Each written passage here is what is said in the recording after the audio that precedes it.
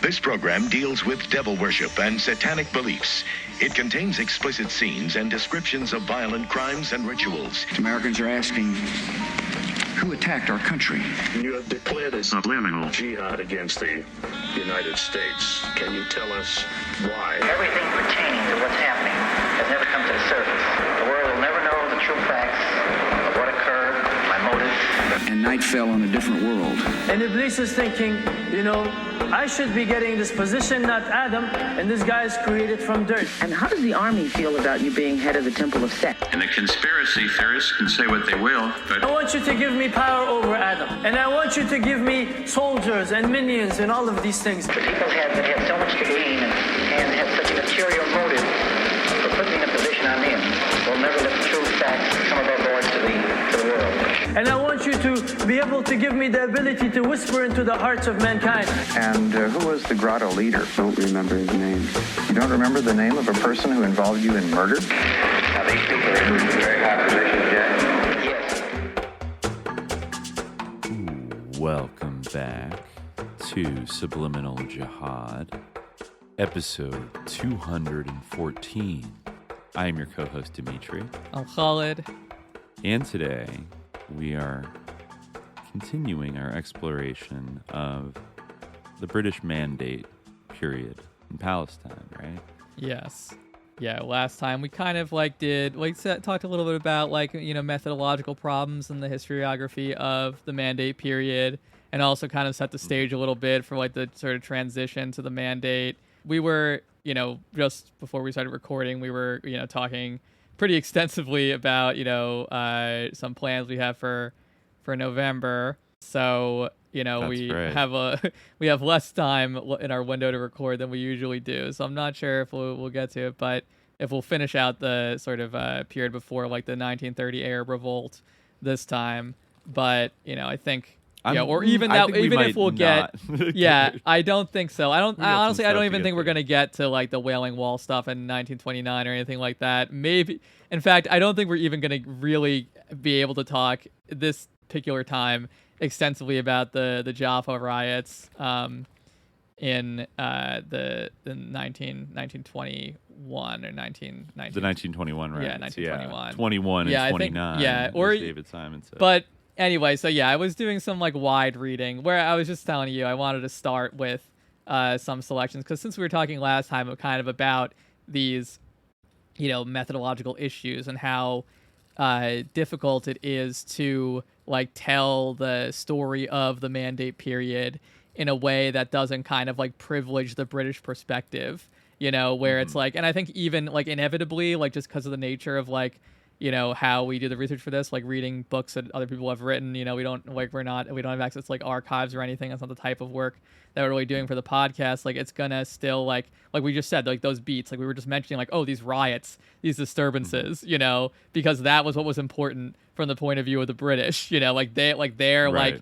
benchmarks for time were when the Arabs got uppity, and when they messed with everything. And so those that become religion really got them going. Exactly, yeah. And those become the the way that time is kept of the Mandate period in history. So it's gonna still kind of fall into some of those patterns. In fact, I think that will, because doing the research over this last week for this episode, I've even appreciated more. I mean, we talked about how David Simon brought him up in that insane rant, but I've come to appreciate even more how large the figure of the Mufti, who I realize that if you Google the Mufti, there's been a million Muftis in history, more than a million. There may have been a billion people who could be called Muftis in history. I might be wrong. I'm not sure exactly how the math works out in terms of the population of the world at different times. But there's been a let's say a proverbial zillion Muftis. But if you search for the Mufti, Haj Amin al-Husseini will come up. There's only one. Yeah, there's Mufti. There's only one grand Mufti. Yeah, exactly. Which when you it's funny because at first he wasn't even given the title. But anyway, of Grand Mufti, which is a title, the Grand Mufti of of like Palestine or Jerusalem is one that they completely made up, by the way, the British, that is. But like, and in fact, so it's very interesting to kind of like talk about like who this guy really was and like his journey. And he's kind of an interesting character to like follow through all this, even though like as we do it, like there's still a certain reluctance in that, like, I don't want to give too much attention to this guy, but it's valuable to like kind of correct the record, because, you know, in terms of like what people say, which is kind of part of the utility of this, is like when you come across these people like in the United States or elsewhere where they're like have this sort of one idea of what happened in the past, and they're like, well, what about the Mufti, that like, you know, people have an idea of like who this guy actually was and what actually happened. But anyway, so to that point about like the sort of historiographical problems and like the dependency on everything on what the British were saying, and of course that can be used to paint like a very bad picture of them, but you know, it's interesting to look at things from like the perspective of like the Palestinians who are living through this. And one source that I came across, which like had a bunch of like very interesting, like mind-blowing to me like elements, like, or you know, just great like vignettes, was this diary by this guy, Wasif Jawhariyyeh. He was like, the book is called The Storyteller of Jerusalem, and it's like a translation of his diaries. And he was like an oud player. You know, he was like an amazing oud player, which is kind of like, I don't know how to describe it. Like maybe some of our listeners have seen an oud. Do you know what I mean when I say an oud? It's kind of like, I want to say it's like a banjo, but I don't know enough about music to compare does it have like a single string? And no, it doesn't have a single string. It has a couple of different strings. O-U-D. Oh, the oud. Yeah, it's it's lute. It's like a lute, I guess. Oh, it's a lute. So I guess it's not like a banjo. No, I've seen this before. It's a little bit like but there is a Turkish instrument little bit like that's a mandolin. hybrid with the banjo. Yeah, it's kind of like a mandolin. Okay. So it's a little bit like a mandolin. He was a master oud player, this guy, Jawhariyyeh, and also kind of like a, you know, it's very interesting, and it really, like, his story really attests to like what we've been talking about this whole time, like how porous like these kind of like hard and fast like religious categories like could be, because he was a Maronite Christian, but he was like, you know, a expert in like Quran recitation, because that was part of like the styles, like the style of like Arabic music that he would play, you know. And his father actually was a lawyer in a Sharia court, even though he also of course was a Maronite Christian, right? So, you know, when you read his diaries, which he like took extensive diaries for this whole period from like 1904 to really the time of the Nakba, like you really get a sense of like before, you know, the British occupation, how like open, like even though those religious communities were distinct and did, you know, have distinctions between them, like were recognized as distinct things, like they're, you know, these kind of the hard and fast divides through which the British occupation like understood things, like didn't like apply in quite the same way. But so he has some, like, you know, he also, like, you know, he was like a civil servant too, you know, and also he was someone who was of big interest to a lot of like the Orientalists, like the Orientalist Zionists, and like the some of the academics who would be coming into Palestine during this time, because he was like a master of traditional Arab music. So like he had a lot of like really interesting encounters, and he wrote about them like really in a way that's like I think really revealing. And so like I flagged some stories from his diary that like I really wanted to, I feel like I have to read this on the show. Cool. This is an entry that's titled "It's Out, It's Terrible." And so he writes, you know, our rejoicing about the British occupation that had ended the despotic Ottoman rule soon turned into bitter disappointment when we sensed Britain's bad intentions for the country and its people when the fateful Balfour Declaration was announced to all so fearlessly and shamelessly. A first High Commissioner for Palestine was appointed, who not only was Jewish, but was also a pillar of international Zionism. And it's a theme Herbert I think. Samuel. Yeah, exactly. And someone who I think you'll notice, like something that I think you'll notice throughout these diary entries is that, like, even though he's like very clear-eyed about what's happening, he really has. You can compare it to Faisal in a way, because he really has like that same sort of like, I don't want to call it naivety, but just like he has like a nice spirit. Like he really doesn't hold it against these people, even though they're like, he knows they're trying to like kick him out of his country. Like he's still like, you'll see like some of that later on. But anyway, so like he writes, I remember looking at Al Carmel, a newspaper, which had started to come out in Haifa after the arrival of the British, and reading the following verses. It's out, the San Remo resolution, with its unbearable texts. Those who say it's not their business, may God strike them. Being an artist, I was immediately inspired to compose a few more verses to add to the ones above, which are in fact a variation on the lyrics of the late Sayyid Darwish's The Beautiful Sun Has Risen. Didn't you, brother, This is his, the song that he composed on this theme. Didn't you, brother, read recently in the newspaper Al Carmel about the misfortune brought upon us by the appointment of Mr. Samuel? An auctioneer's voice is always heard by all, and those who do not like it can just pack and go. Do not say Christian and Muslim, now that they have sold us all away. How are we going to surrender to those who bought us? They will force us to say shalom, brother, and also mashlomsha, may God end our ordeal. I'm not sure if that is the right pronunciation of mashlomcha. Maybe it's mashlomcha. Instead of Anwar and yeah, right.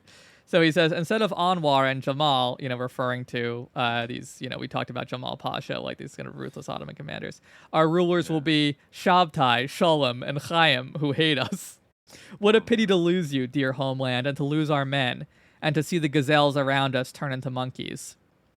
And he explains, Shalom, Mashlomcha, Shabtai, Sholem, and Chaim are Hebrew words that describe the state that Great Britain had got us into after the Ottoman rule of Jamal and Anwar, whom the people had ceased to hate as soon as they became aware of Britain's bad intentions, regretting instead the loss of the good days of their rule, despite how they had tyrannized the Arabs at that time. I made this the opening song at many evening parties and gatherings I went to, and it gained popularity. At one evening party, Ronald Storrs, the military governor of Jerusalem in whose headquarters I had been working, and that is like the guy who invented the post of the Grand Mufti. Yeah. So big figure. Yeah, very big figure. But anyway, so yeah, and as he says, he's the military governor of Jerusalem. So this guy noticed him and asked him to sing it. So remember the content of that song. So this is what struck me about this. That song is all about how, he says, what a pity to lose you, dear homeland, to lose our men. So this is a song it's a little bit satirical, it's a little bit funny, but it's also bewailing and recognizing very clearly a very pernicious political situation that everyone actually is very alarmed about and in despair over. So anyway, this guy Ronald Storrs, asked him to sing it. After he and the many guests present heard it, he burst out laughing, applauded passionately, and asked for a repeat, and I obliged. Oh my God. But Storrs did not leave it there. Once I happened to be at an official party hosted by Sir Herbert Samuel at the German Augusta Victoria building in Jerusalem. That party was worthy of royalty, and I was the only second-class citizen among a large group of notables who listened to me play the oud and sing Muashahat. At some point, Storrs came to me and asked me to sing this song. I was extremely embarrassed and thought I was doomed, but Storrs encouraged me to go on, saying, "Don't be afraid." Since I was a bit drunk, I sang it and gave a repeat. The hall was roaring with joy and laughter, particularly Storrs, who translated each word to His Excellency the High Commissioner. In this way, the song marked the beginning of a strong relation between me and the High Commissioner, who often sent the chief policeman, Ibrahim Bey Habesh, to take me to his place in the commissioner's own car. We had nice evening parties at the Augusta Victoria building, and I must say that, frankly, the commissioner and many of his foreign guests liked Arab singing and appreciated it greatly. Okay. That's so fucking is that dark and weird. Sociopathic or what? I was what is a metaphor that expresses this? The only thing I come up with is do you remember that guy who had a moment a while ago he wrote some kind of song that was it was kind of about how the working man can't get the rich man north of Richmond. Yes, exactly. Yeah. And he had that part that was why can't they care about the miners instead of miners on Epstein's island. On an island. It would be if Epstein got that guy and it was gay. Yes, exactly. Play it again. Yeah. No, it is a sicko humiliation ritual thing. It's weird. Yeah, it's all about how they're gonna expel the Arabs and they're delighted by it. What the hell? It's inviting NWA to a cop convention or something and be play fuck the police. Yeah, exactly. And, he was so funny. There's something sinister about it. Of they're so not threatened by the content, and in fact, are it really sums up the British attitude. No, of a lot of these officials. Don't say that. It's we have a responsibility to make this an equal state for all of its citizens. Yes, we want it to be a Jewish national home, but your rights are important to us. They didn't say anything or even like be that. Angry. Even be angry at the song. What? This song is has offensive lyrics. I don't like it. Instead, exactly. It's that's play it again. Yeah. Oh my God. And then Herbert Samuel just starts inviting him to all the big he the big parties. Yeah, he had a bunch of and there are a couple other telling anecdotes about it. Like there's one that really just sums up so much. But before that, there was a good one about the clock tower that I think was kind of, because there had been that was the thing kind of we talked about last time, right? Where there was a act for the protection of antiquities that was sort of based on what had existed before in the Ottoman period, but there was this thing where it's nothing before 1700 counts as an antiquity, right? So a lot of what they did was destroy infrastructure, and there was this one sort of clock tower that was in Jaffa. I'm trying to find see if I can, or if I probably should call it, but and it was kind of in a I think I'll find it if I search for this. I think you quoted it in the workflow. Oh, I did. I'm reading it here. Yeah. I searched for it using the Franco-Arab because that part stuck out to me too. Because, anyway, so he writes during the mayorship of Faidallah al-Alami, the Jerusalem municipality built a unique clock tower on one of the corners of the roof of the Jaffa Gate. I was told that the construction was financed with donations made by the people of the city in order to celebrate 25 years of the rule of Sultan Abdul Hamid. This clock tower played an important role in Jerusalem and was of great use to the citizens. It was located on a high spot overlooking both the inside and the outside of the city walls, and could even be seen from as far away as Bethlehem. However, the Pro-Jerusalem Society, which, was the Zionist organization, would not allow it to continue to stand on the city ramparts and decided to demolish it. For despite its perfect construction, the quality of its stones, and its ornamentation, the architecture experts decided that it was not grand enough for the city wall considering its age and the 400-year history. This tower had been designed by the late engineer Pascal Effendi Sarufim, who had also supervised its finalization. He was a municipality's architect and belonged to one of the most honorable families of the Latin community of Jerusalem.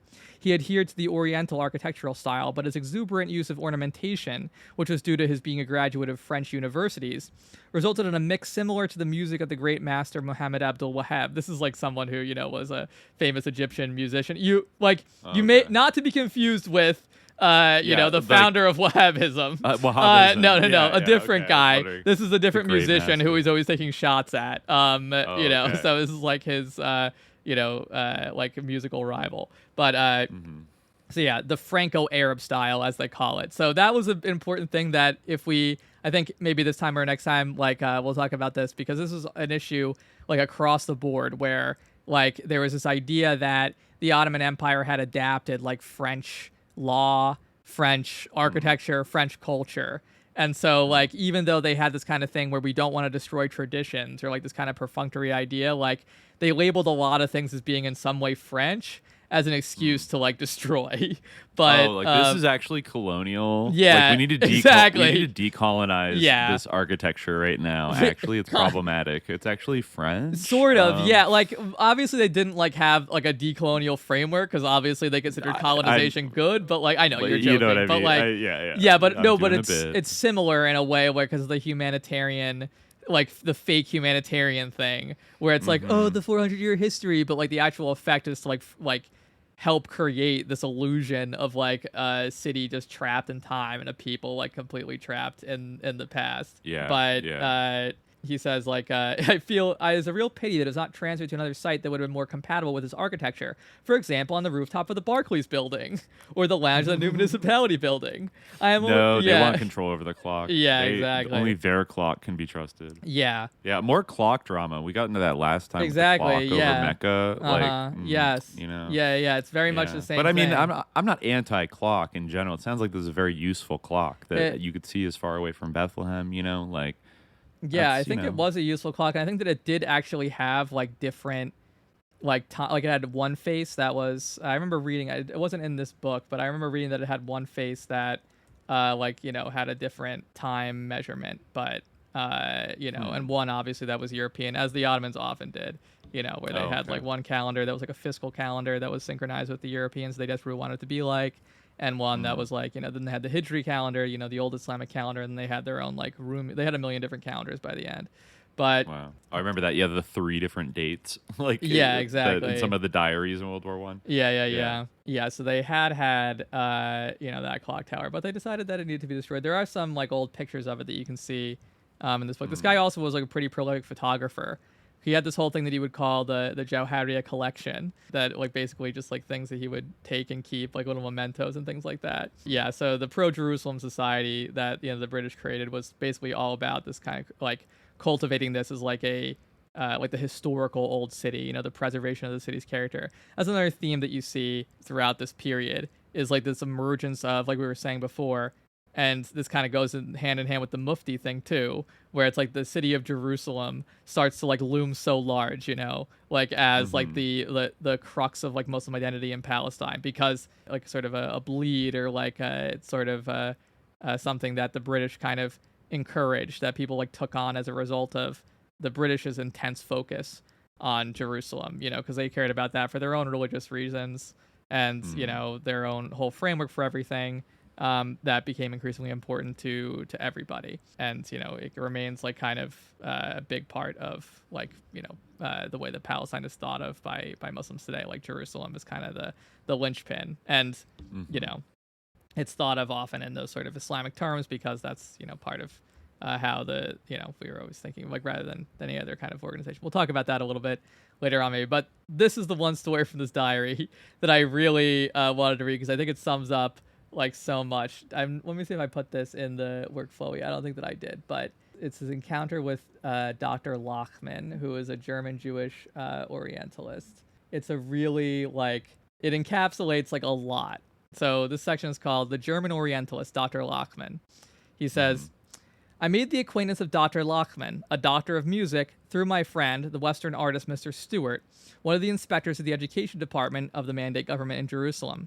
First, I should tell the reader about Mr. Stewart, an artist who lived in one of the houses of the al-Nimri family in Mahalat al-Namamira in Baqa in Jerusalem. I don't even know. I guess it's a neighborhood. On seeing this house, as soon as you set foot in it, one could be sure beyond doubt that it belonged to a great artist. The unique Oriental furniture and antiques testified to their owner's fine taste, particularly when it came to furniture of the old Egyptian style, which was made of precious untanned wood, with marvelous engravings and patterns made with immaculate precision, beautiful artistry, and infinite grandeur. At his home, I really enjoyed admiring oil paintings of natural landscapes, flowers, and roses which he had painted himself, and which showed that he was a skilled painter. He often visited me with his friends to look at the Jawhariyyeh collection. Like I said, he'll love to have these little mementos and like pictures and everything, and its treasures. And he used to compliment me on having one of the finest tastes he had encountered in the Middle East, particularly as I was not a wealthy man, but a simple civil servant. He was fond of me, and so he gave me a lot of guidance regarding these antiques, their age and value. I gained from him a good deal of knowledge which I would never forget, and for which I will always be grateful. He often took me along to Tel Aviv, where we had good times all over the city. Once, when we were there with my brother Taufik, he introduced me to a lady who was running dance and rhythm classes in a big hall located in a basement in which a number of beautiful Oriental Jewish young ladies were learning uzhuzhas and dabke.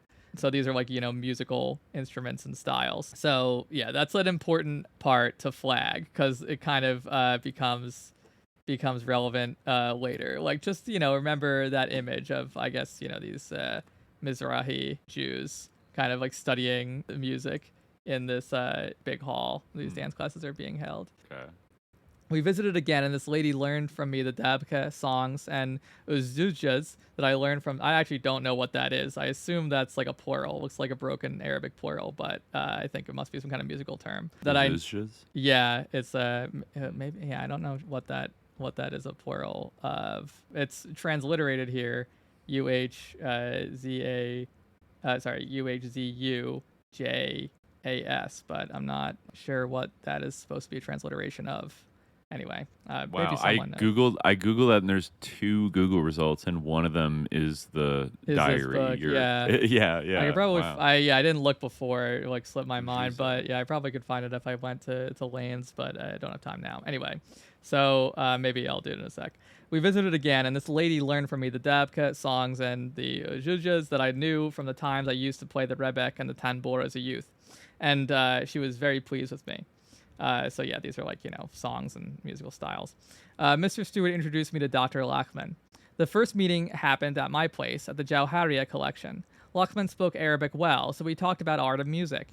Then I made him listen to a large collection of songs I knew from a variety of genres, from peasant songs to the urban songs of Egypt, Syria, and Palestine, to Andalusian muashahat, mawals, taktukas, and qasidas. that I played, and I played some instruments for him, such as the rebek, the tanbour, the Indian tanbour, and the kambush, which I guess is that sort of banjo-oud hybrid. And finally, the master of all these instruments, the oud.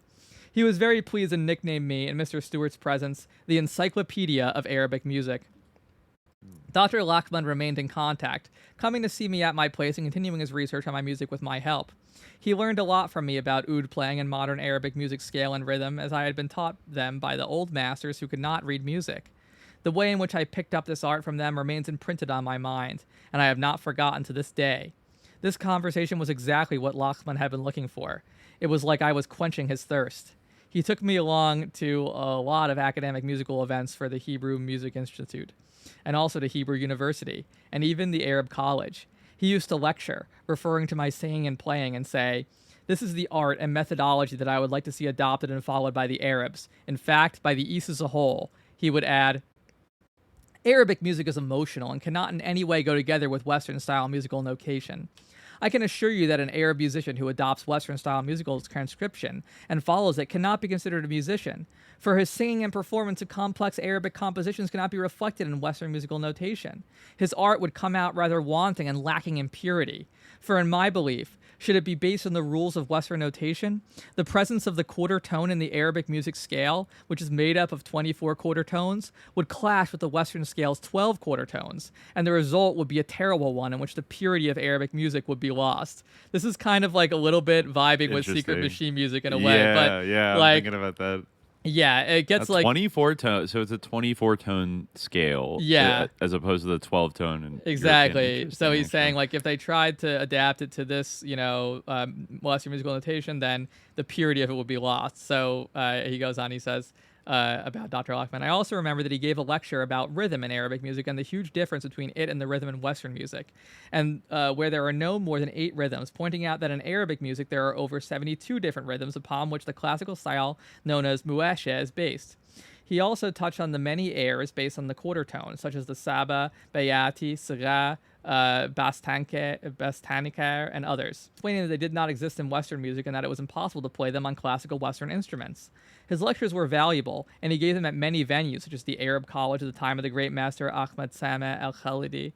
I played my oud and sang, and as a demonstration of Dr. Lachman's theories for students and professors of the college, and Mr. Stewart, at the Hebrew University on Mount Scopus, in the presence of Orientalists and foreign musicians, particularly German Jewish musicians, and at the Jewish Music Club, where we had many meetings to discuss such issues.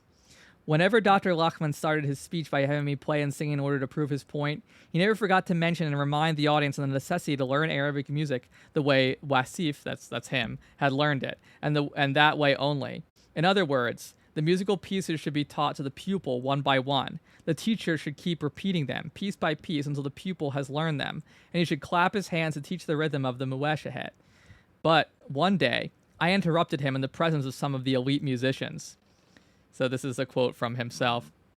"Dr. Lachman, I agree with you that Arabic music is more about feelings and tarab than Western music, which is why, when the listener reaches the state of tarab, he cannot contain himself and must sigh and let out an ah, and then request a repeat of the small piece that consists of just a few vocal notes which have nothing to do with Western harmony and philosophy.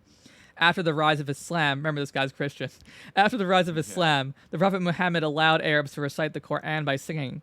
At the same time, because of his understanding of these feelings, he allowed the listeners of religious recitation to cheer the mukri with Allah, Allah, Allah in order to nurture their souls in love for tarab, even in religion. You are also right about the Arabic Oriental scale known to the old Arab musicians, which consists of 24 quarter tones, beginning with Kabe, Nim Hisar, and ending with the Nawa string. I don't know anything about this, so apologies. Then with the Nim Hisar and ending with the Jawab Tik Hijaz of the second Diwan, as I explained in my book, the Jawhariyyeh selections of Arabic music, with illustrations showing for each tone the corresponding positions of the fingers and the strings of the oud. But who can memorize all these complicated facts and apply each quarter tone correctly just in his head for his entire life? Don't you agree with me that there cannot be any more than one person in every 20,000 who actually masters this art, which means that if Arabs stick to this difficult way of doing things, it will not be long before there is hardly one remarkable musician left? Having said that, why do you oppose the principle of learning Arabic music using Western-style musical notation? I am sure that it would be possible to find in every 10 houses a person who can play very well according to fixed rules that are not under threat of disappearing. A symbol for the quarter tone you have mentioned has already been added to Western-style transcription at the Conference on Arabic Music, which was held in Cairo in 1931, in which you took part yourself. Isn't it so? My experience in this fine art makes me certain that today's musicians who learn music after that conference can play the long, complex pieces, which are full of quarter tones, by following Western-style musical transcription, as is the case in Egypt and the various Arab countries. These are the musical symbols for the quarter tones, which was decided to adopt at the music conference. Then he lists all the different notational symbols, to show how to raise a pitch by a half or a quarter tone. Mm-hmm. So I am sure that Arab musicians have the courage to learn music. In this way, the number of Arab musicians would be in the hundreds, just as it is in the West, where there is a musical instrument in each and every house. Look at Muhammad Abdul Wahhab's musical orchestra today. It's, it's funny. This is a sort of funny namesake, but, he's talking about a musician. There is also the orchestra of the Queen of Hearts, Kulthum, famous Kulthum, probably the one, Arab singer that everybody knows. Listen and see for yourself how they are able to play with exquisite skill, sophisticated musical pieces that are crammed with quarter tones. So allow me to tell you, Dr. Lachman, that if you still insist on your opinion, it is from a Zionist, anti-Arab, and somewhat sly point of view that aims to prevent Arabs from spreading their music and from ever evolving beyond what they have already achieved. And that is all there is to it. By God, do you really believe that my children, let alone strangers, would be able to learn what I learned in terms of uzjuzjas, dabkas, folk songs, Egyptian songs, Andalusian muashahat, in addition to playing a number of musical instruments and investing the best part of my life in the task? No, and 1,000 times no. Dr. Lachman went mad. He insisted on his opinion, saying, "No, this is wrong. I'd rather that there was among every 20,000 Arabs only one Wasif Jawhariyyeh who masters the old-style music and performance. There is nothing political to this because in everyone's eyes, art is art, and this is especially true for music."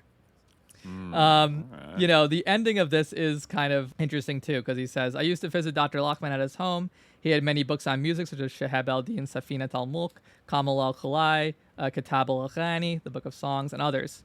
His valuable collection included a number of Moroccan folk songs recorded on small aluminum discs. It was a truly valuable collection. He recorded about 17 discs of me singing taktukas and muashahat, and playing the oud, the rebek, the tambour, and the kumbush solo. Or the jumbush, maybe, because again, this might be a Turkish word. Sorry, I've been saying with a C. Jumbush? Mm-hmm. He played these discs to foreigners, particularly German Jews, on many occasions and in various parts of Jerusalem. When Dr. Lachman passed away, I was very saddened by his death. May God bless his soul. I learned that his recording equipment and all his disc recordings of pure Arabic musical pieces, including those of me singing and playing, were moved from his home in Jerusalem to the Hebrew University, where they are now kept. I will not forget the times I spent with this great artist, Orientalist, and Oriental music specialist, so cheers to those days.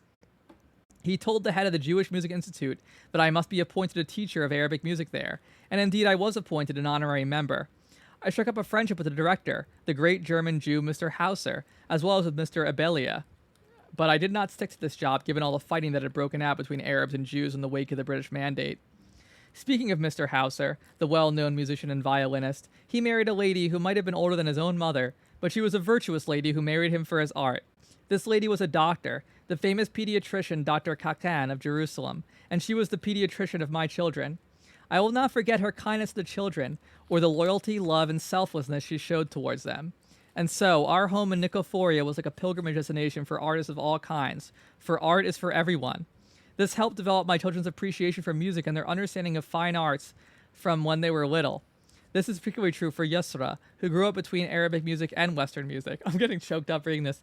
And who earned the admiration of everyone for the great deal of knowledge she acquired in the subject. I am sure that in the future she will be one of those ladies with an international reputation in the world of music.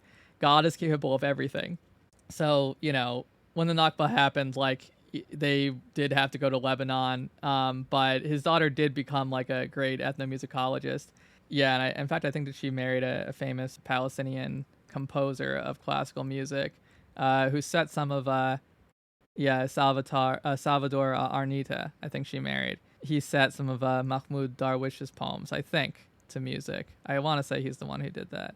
But anyway, he was a great Palestinian composer. So she did have a good career. Of course, she's not internationally known.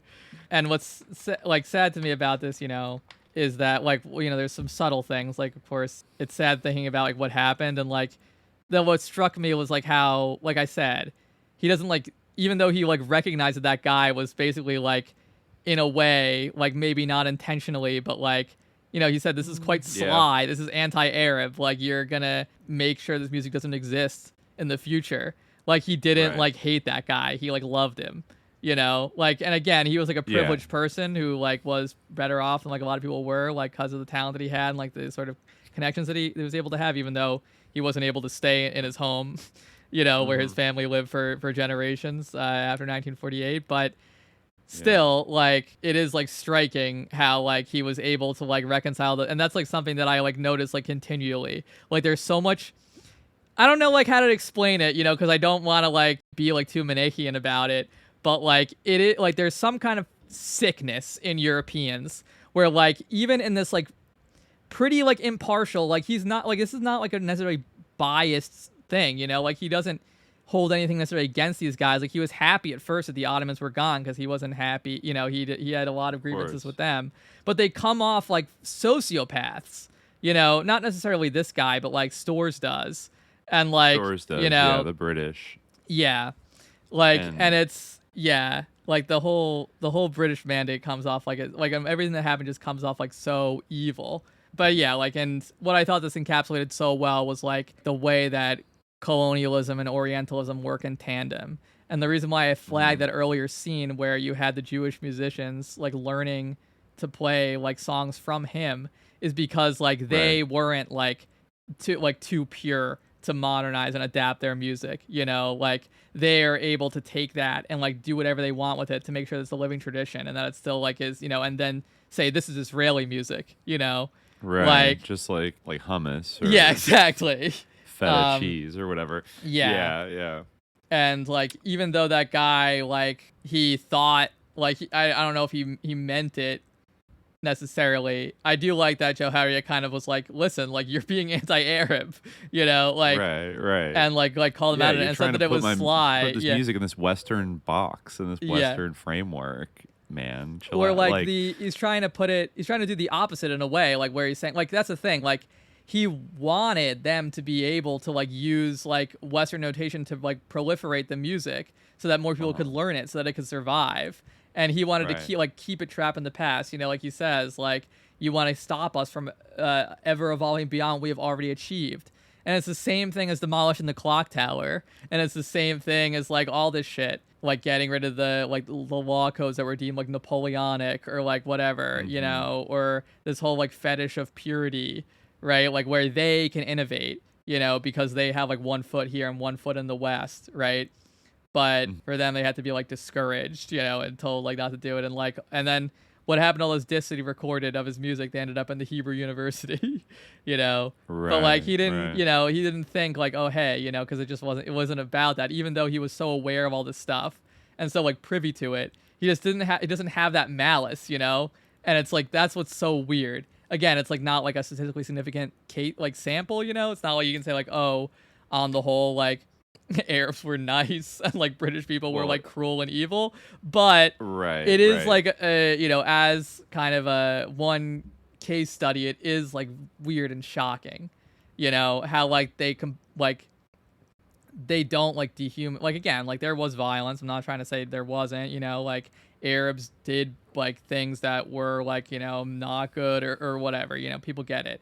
But like, but it's still shocking. We'll get to all that, the level of like cruelty that like, again, I mean, obviously people know like what side I'm on in this whole thing. Like, I'm not saying that in the sense of like they did bad things and therefore like anything other than what everybody knows is my perspective. But like, you know, I'm just saying like, you know, it's not like they were like, you know, I'm not trying to make this into this totally Manichaean thing, but it is still shocking. It really is like that.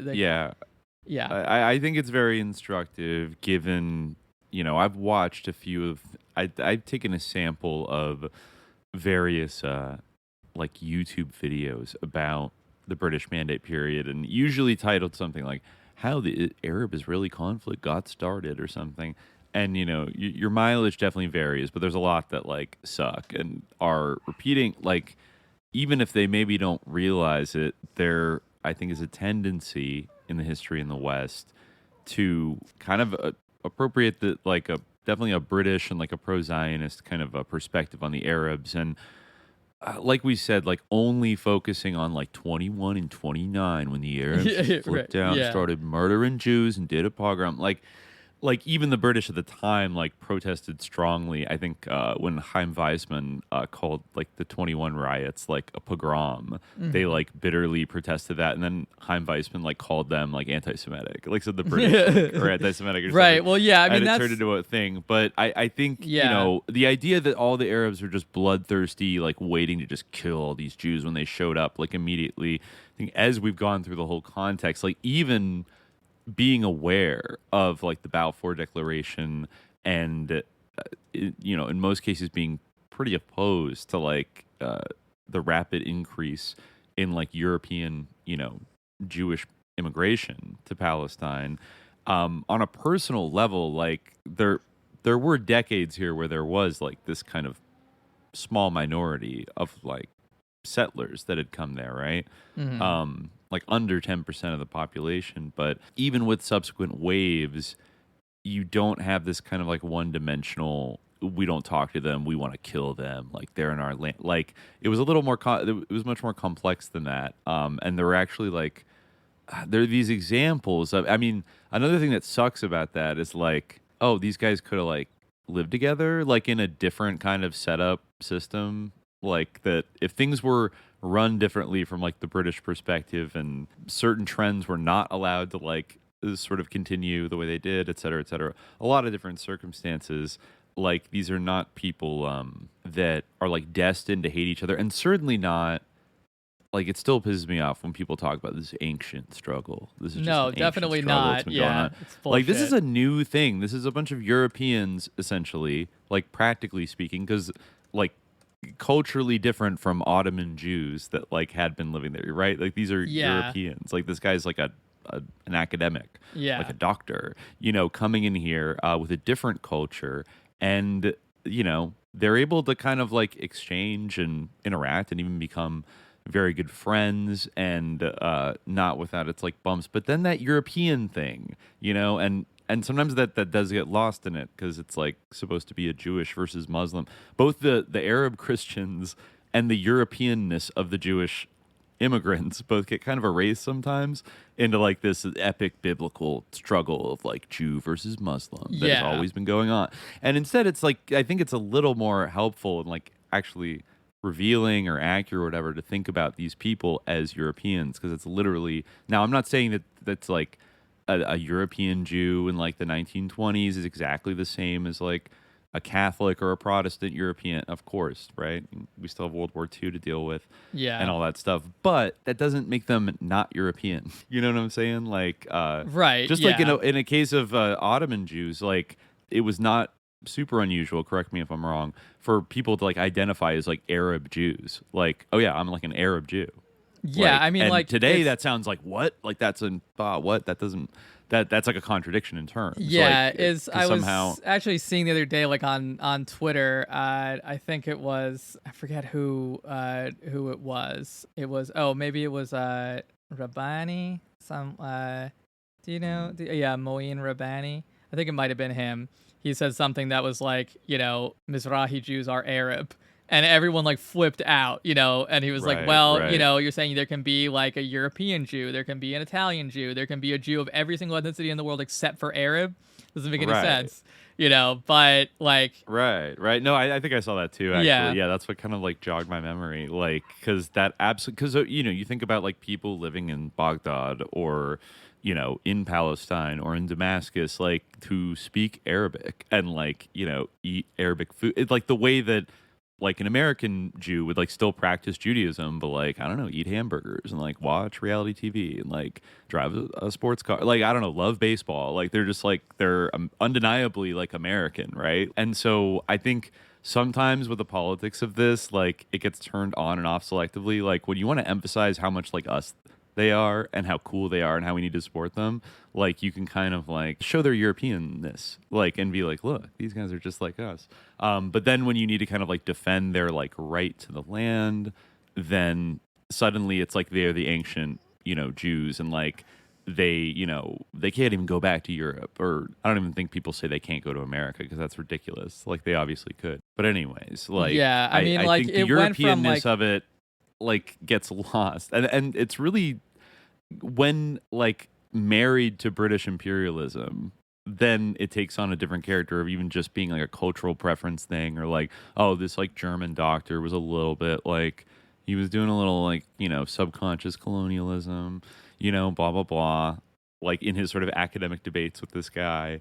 But when you combine it with like the Zionist organization and the designs of British imperialism and the Zionist own plans, I mean, which at this point they are kind of like in an alliance together, the British government and the Zionists, to achieve a long-term like change in the demographics and like the legal and political ownership of Palestine. Like I think in Policy of Deceit, it quotes Weizmann saying that I think when David Ben-Gurion, future president, like yelled at him after the Paris peace conferences for not like demanding like a mandated like Jewish government and whatever. Yeah. And he said, why didn't you demand that? And he says, well, like they wouldn't have given it to me, first of all. That's biggest reason. But second of all, like I got what we could get for now that could build a base in future years to like do what we want to do, which is in maybe 10, maybe 20, maybe 30 years, like eventually become the demographic majority of Palestine. And then by then kind of like take over, quote unquote, like democratically. And then like we will, basically run the country. Now, I mean, that is kind of what happened, though it was like that process of demographic shift was like violently accelerated. And that's like that they skipped some decades instead of it's really funny though, actually. It went from about, like 10 to like 30% like in 20 years. Like something like, and then of course you had like this violent like mass expulsion of Palestinians. It's really like the 1-2 punch of like 20 years of like extreme levels of like pretty high levels of immigration and pretty high quotas, basically, that change the numbers significantly. And then like the Nakba is where then the Palestinian number is reduced drastically, to basically then make the Zionist group the majority now. Yes. Yeah. It's yeah. I'm trying to look the Weizmann. I'm trying to think. Yeah. Oh, here. Yeah. I was reading about Churchill actually, as the Secretary of the Colonies, was pretty involved in this period. There were a couple of psychotic Weizmann throats where like he admitted like the point is to like drive them all out. Yeah. Like or something like. I mean, he just like straight up admits it that like right. Yeah. We can't I mean, say even that, last but time, like in the second chapter of Policy of Deceit, he admits it a lot. The third chapter, like I think, has some like a lot of like really sociopathic quotes from. Oh, here it is. Yeah. That's well, let's see. Oh, wait, no, that was Herbert Samuel. Yeah, this is what Herbert Samuel, who's eventually put in charge of Mandate Palestine, right? Who's a wealthy Jewish British figure. Let's see, I guess what he said, he made his first visit to Palestine in 1920. They have a letter that he sent to a relative right before he left for Jerusalem. And they say it leaves little room for doubt concerning the depth of his commitment to Zionism. So he said at the time, this is 1920, before the mandate was even official, what is practicable in Palestine now is one thing. What the present measures will lead to and are designed to lead to in the future is another. For the time being, there will be no Jewish state. There will be restricted immigration. There will be cautious colonization. In 5 years, the pace will probably be accelerated and will grow after that progressively in speed. In 50 years, there may be a Jewish majority in the population. Then the government will be predominantly Jewish, and in the generation after that, there may be that which might properly be called a Jewish country with a Jewish state. It is that prospect which rightly evokes such a fine enthusiasm, and it is the hope of realizing that future which makes me ready to sacrifice much in the present. He overshot it by 30 years too, which is like really crazy. Right. Like he was like, there might be, possible to have a Jewish majority in 50 years. Like, by the 70s. Yeah. So I mean, like that's the thing. Like it's artificially kind of create, like, the quote unquote Jewish country is like kind of artificially created. But yeah.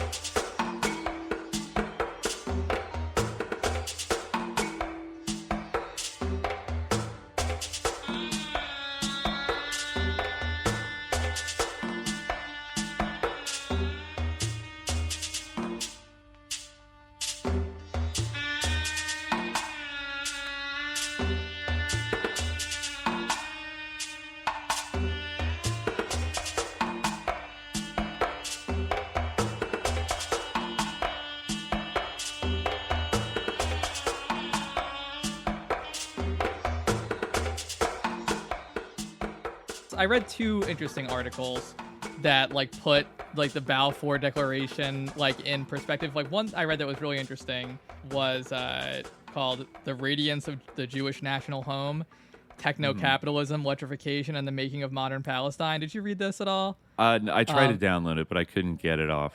You couldn't one of our lovely websites. Yeah, that's why you should like. I think you can sign up for like a JSTOR like just free account, and you can read like.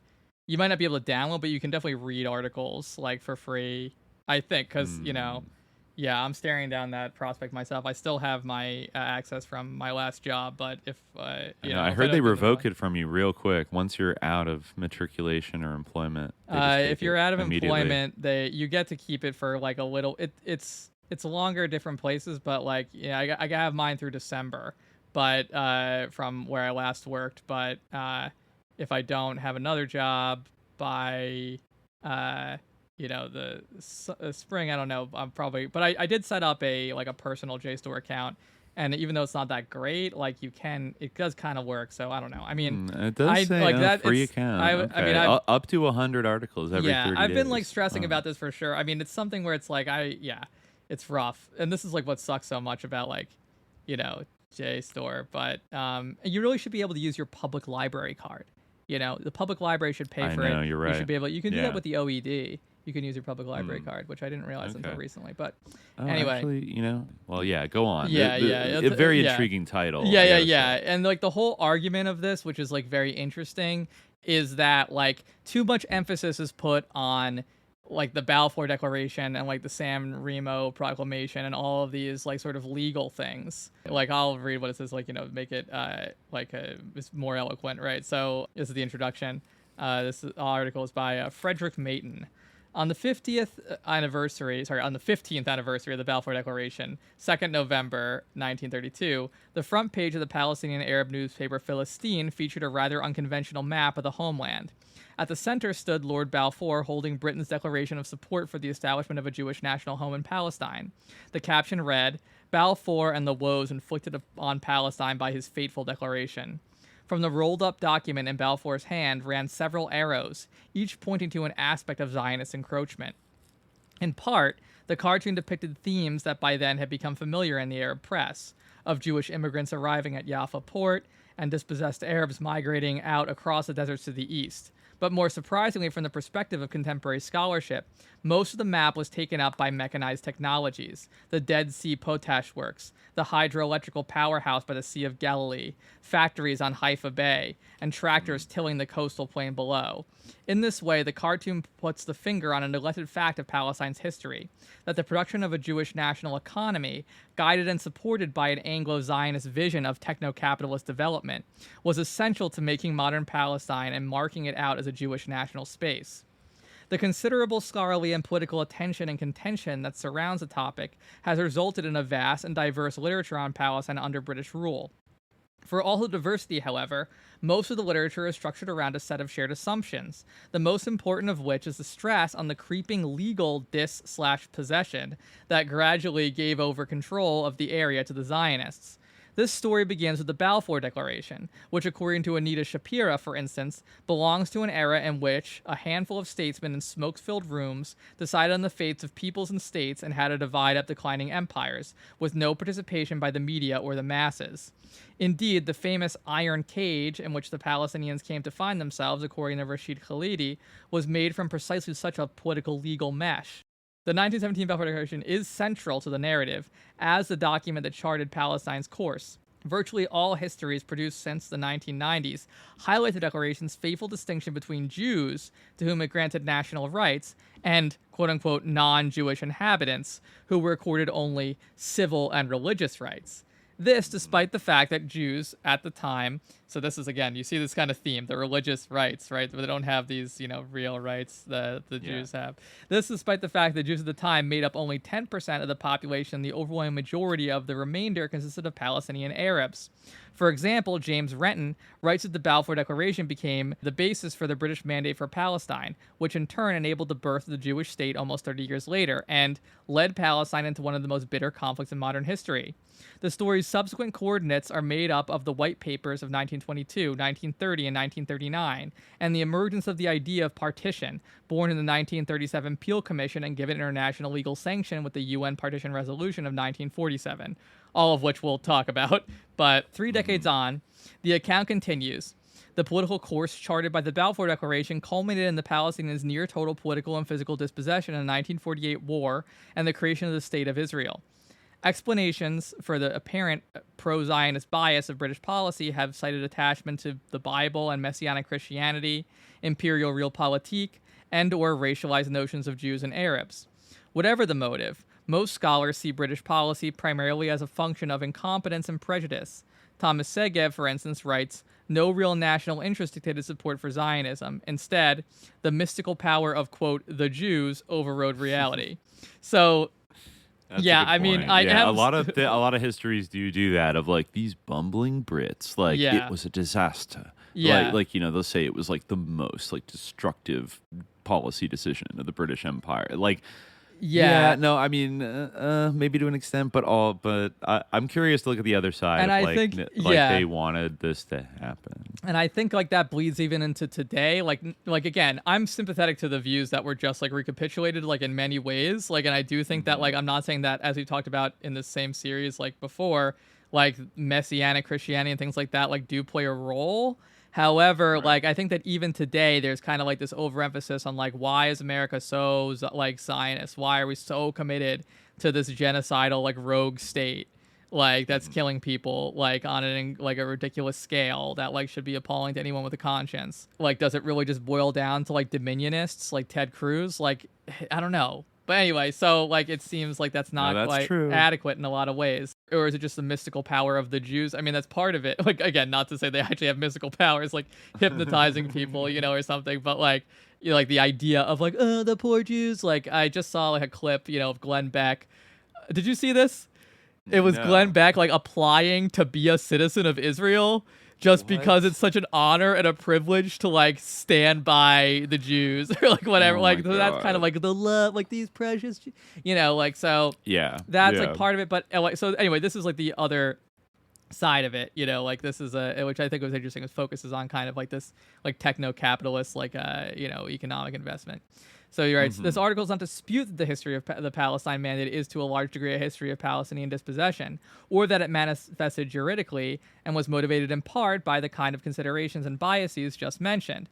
It does, however, challenge the standard account's assumption that the Balfour Declaration overdetermined the history of Mandate Palestine.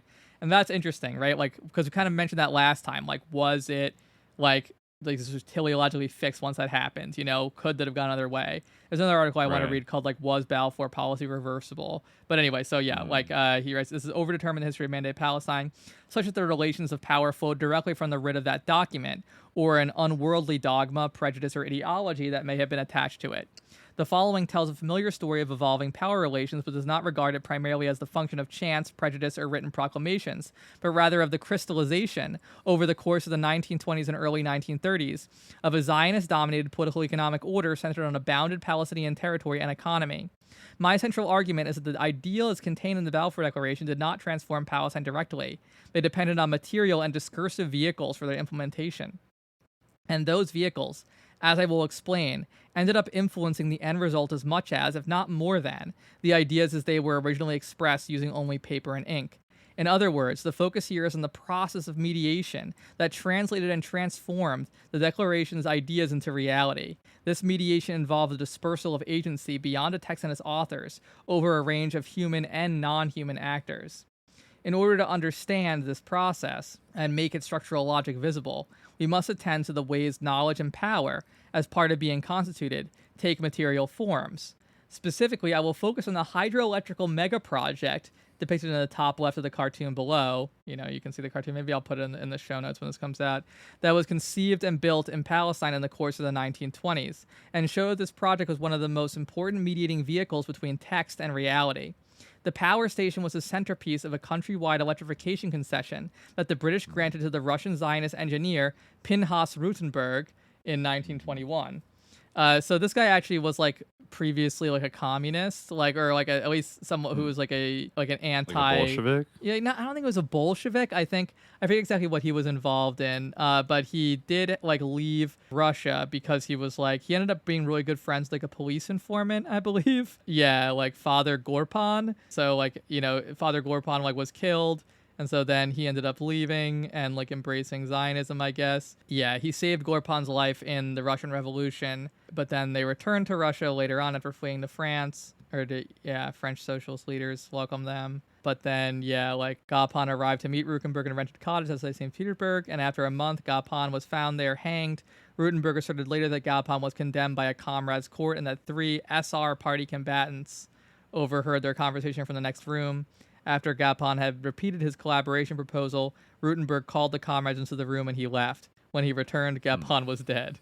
Were these SRs? Yeah, maybe? the SR. Like social revolutionaries? Yeah, but they refused to assume responsibility, announcing the execution was undertaken by Rutenberg individually and the cause was a personal one, denying ever having sent their comrades to the meeting on 26 March. Rutenberg was then condemned and expelled from the party. And then that's just Wikipedia. And the next section is turn to Zionism. So very murky and mysterious. But that doesn't really come up in this article. It just comes up that he was the engineer of this huge hydroelectric initiative. And I think he was also involved in the early development of the Haganah too. He was kind of a sus lord. And his picture on Wikipedia is very, very sus. Okay. Yeah, do you see this one? It's not the one that's his main picture, but it's at the bottom where he has those kind of glasses that are shining in the light of the camera. You can't see his eyes. Aldous Huxley. Yeah, kind of. Yeah. He's got that cane and that little hat in his hand. He looks very sus. It's very Yeah, he looks like a villain from Batman the Animated Series or something. He looks kind of like the Penguin or something. But anyway, so this large-scale technological system was central to the making of modern Palestine as a precisely defined geographical political entity because, first of all, the station's technical blueprint played a significant role in determining Palestine's borders. The requirements for electricity generation determined the northern and northeastern borders, and the high-tension distribution mains traced out much of the rest. The technical scheme was instrumental in making it possible to imagine a precisely defined Palestine, while the electricity system, upon completion in 1932, constituted the first material correlative of that imaginary. Moreover, the conceiving of and building a national grid created not just borders, but also Palestine as a precisely bounded and political economic entity, that is to say, a legible, nationally scaled territory with a population, topography, natural resources, and various other quantifiable and calculable properties. In short, the power system was essential in shaping out Palestine within the larger agendas of techno-capitalist colonial development and Jewish national politics. The system, for its part, was possible only because of the central role in the Zionist gambit to organize a viable political and economic national entity within that techno-capitalist framework. Thus, Zionism and the power station enabled and produced each other as well as modern Palestine. Finally, in order to make sense of the powerful influence of the power station, Palestine is reintroduced to the history of late British colonialism and the imperial scale-making project that saw the creation of colonial state spaces all over the non-West.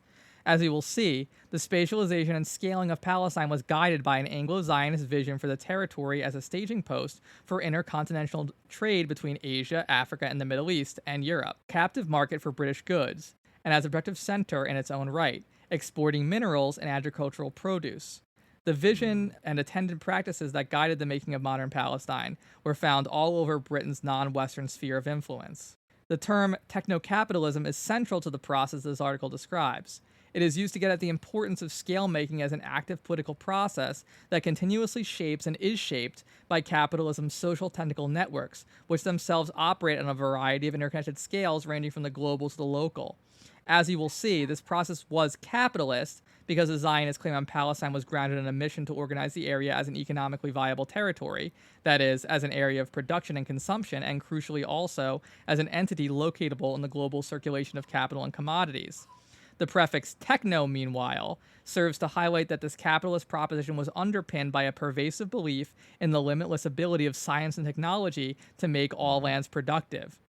Right. The concept of make the desert bloom. Exactly. And you really still see that today, where like Israel is such a epicenter of like the AI techno-fascist like psychosis innovation. That like the basically the elites in the like the United States, the people who like run our country are like obsessed with as well. Like basically like worshiping Rocco's basilisk. Like I'm not even joking.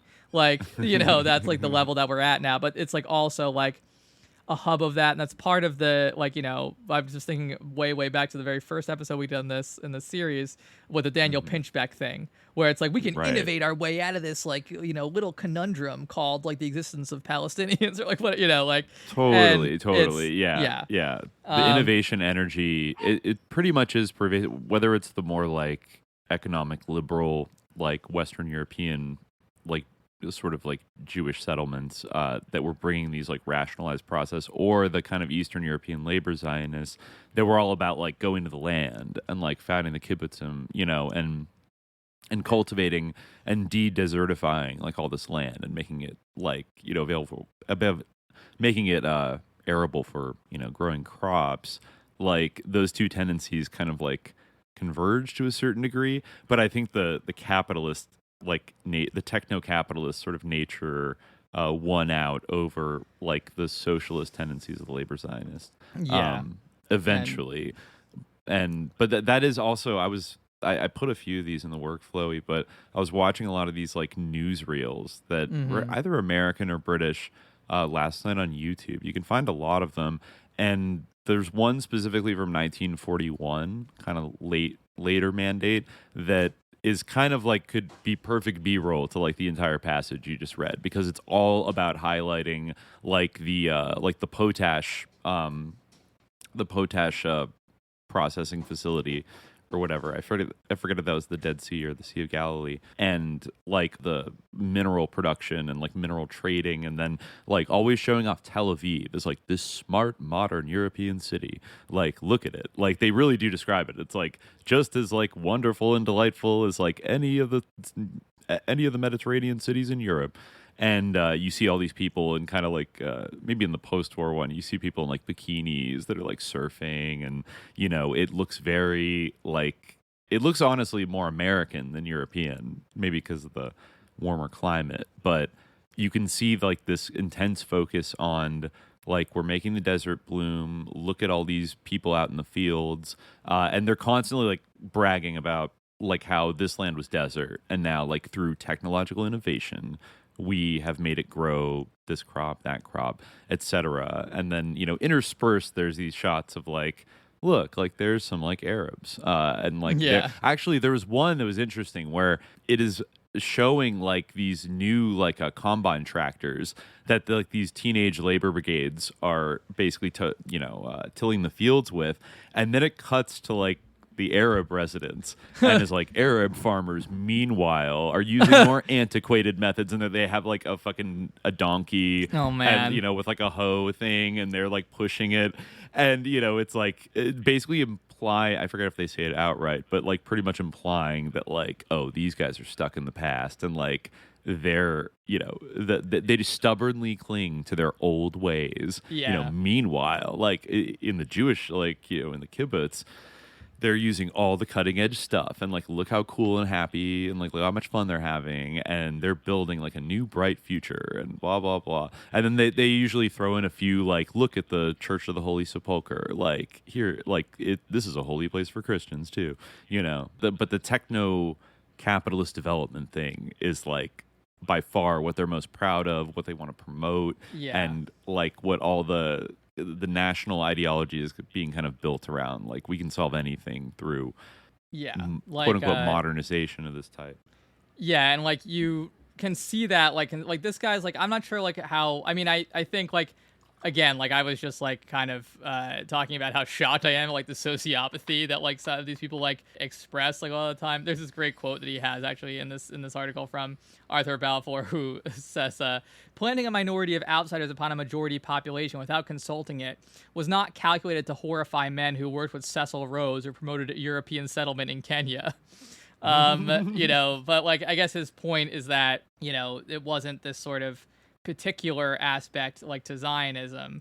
It was like their vision for like all their colonial possessions, and they had this general like obsession with like this kind of technological development. Like he quotes this thing from Winston Churchill saying, the practical consequence of this decision at San Remo will be that Jewish energy and capital will begin to flow towards Palestine to be devoted to the development of the country and to the benefit of all of its inhabitants. Oh, that was a quote from the Times. Winston Churchill, what he said was, by their industry, their brains, their science, their money, the Jews in Palestine will create new sources of wealth to benefit and enrich the entire country.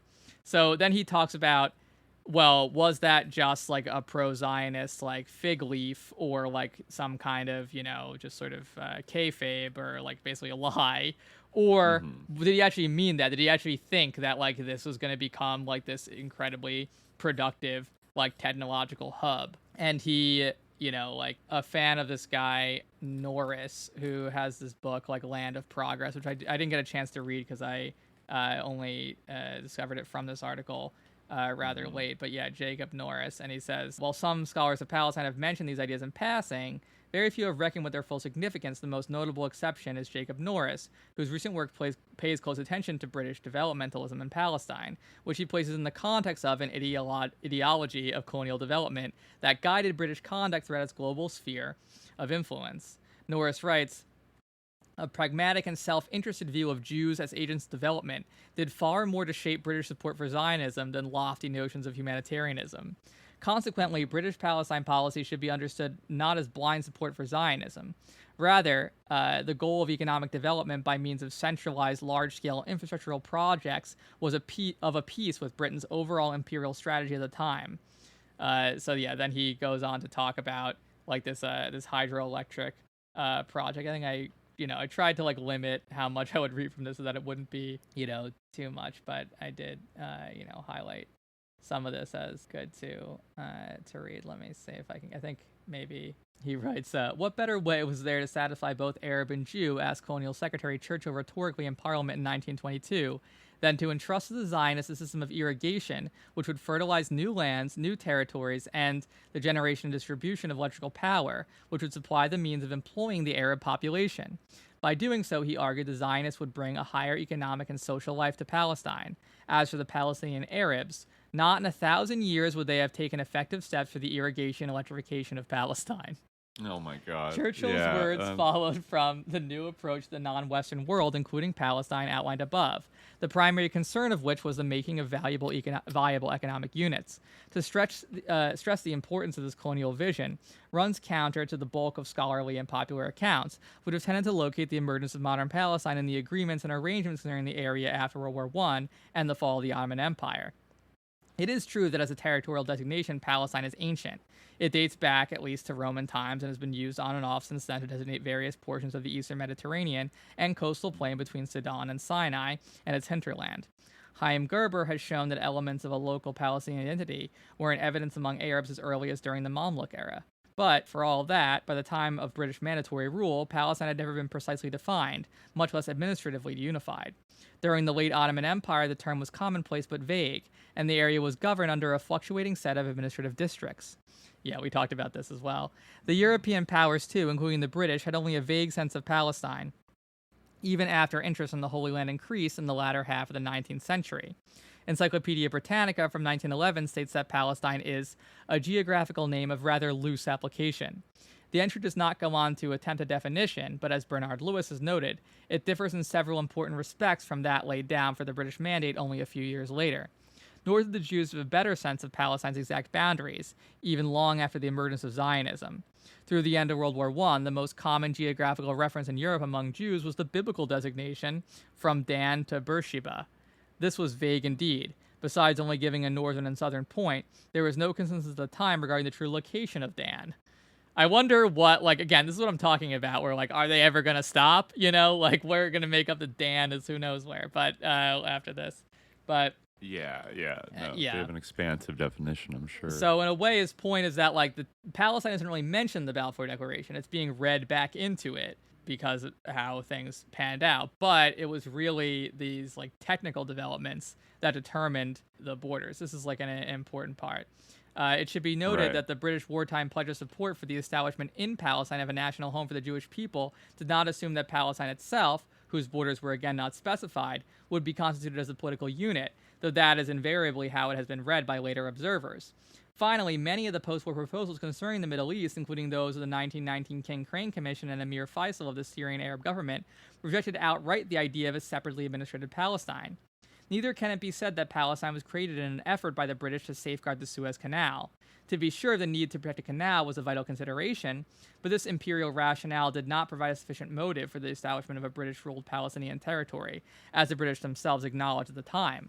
Imperial rationale is even less helpful as an explanation for the creation of the precise boundaries of that territory.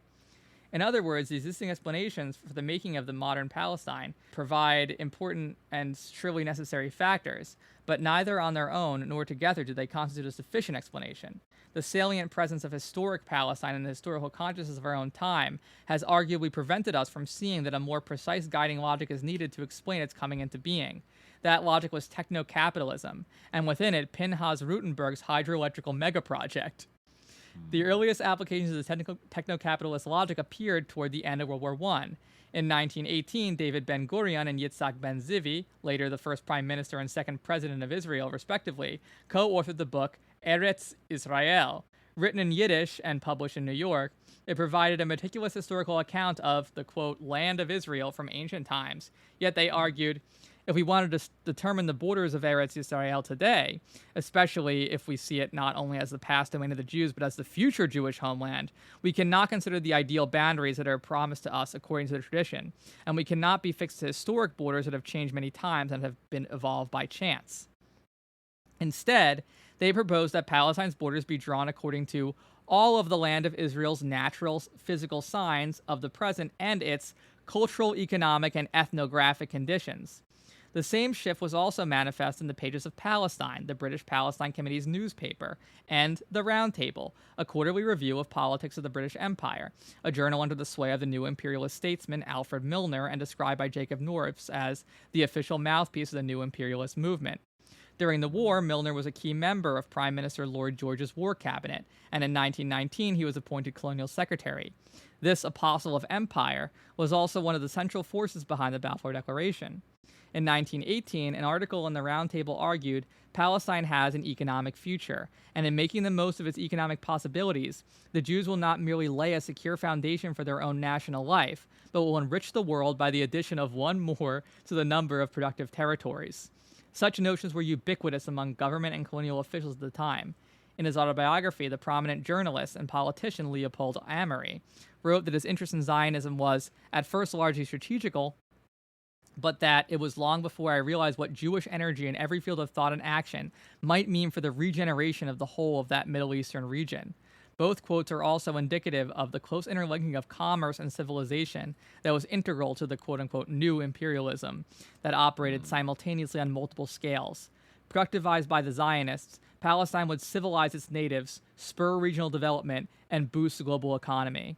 I really think that this is still so salient because I'm thinking of those propaganda videos that you saw early on in the current genocide that we're witnessing, where it would be the Israeli propaganda videos where it'd be Gaza if there were no Hamas, and it was all these seaside resorts and things like that. Yeah, exactly. AI. Oh, I remember. Yeah, people really made AI videos of that. Yeah, and Jared Kushner really believes in that too.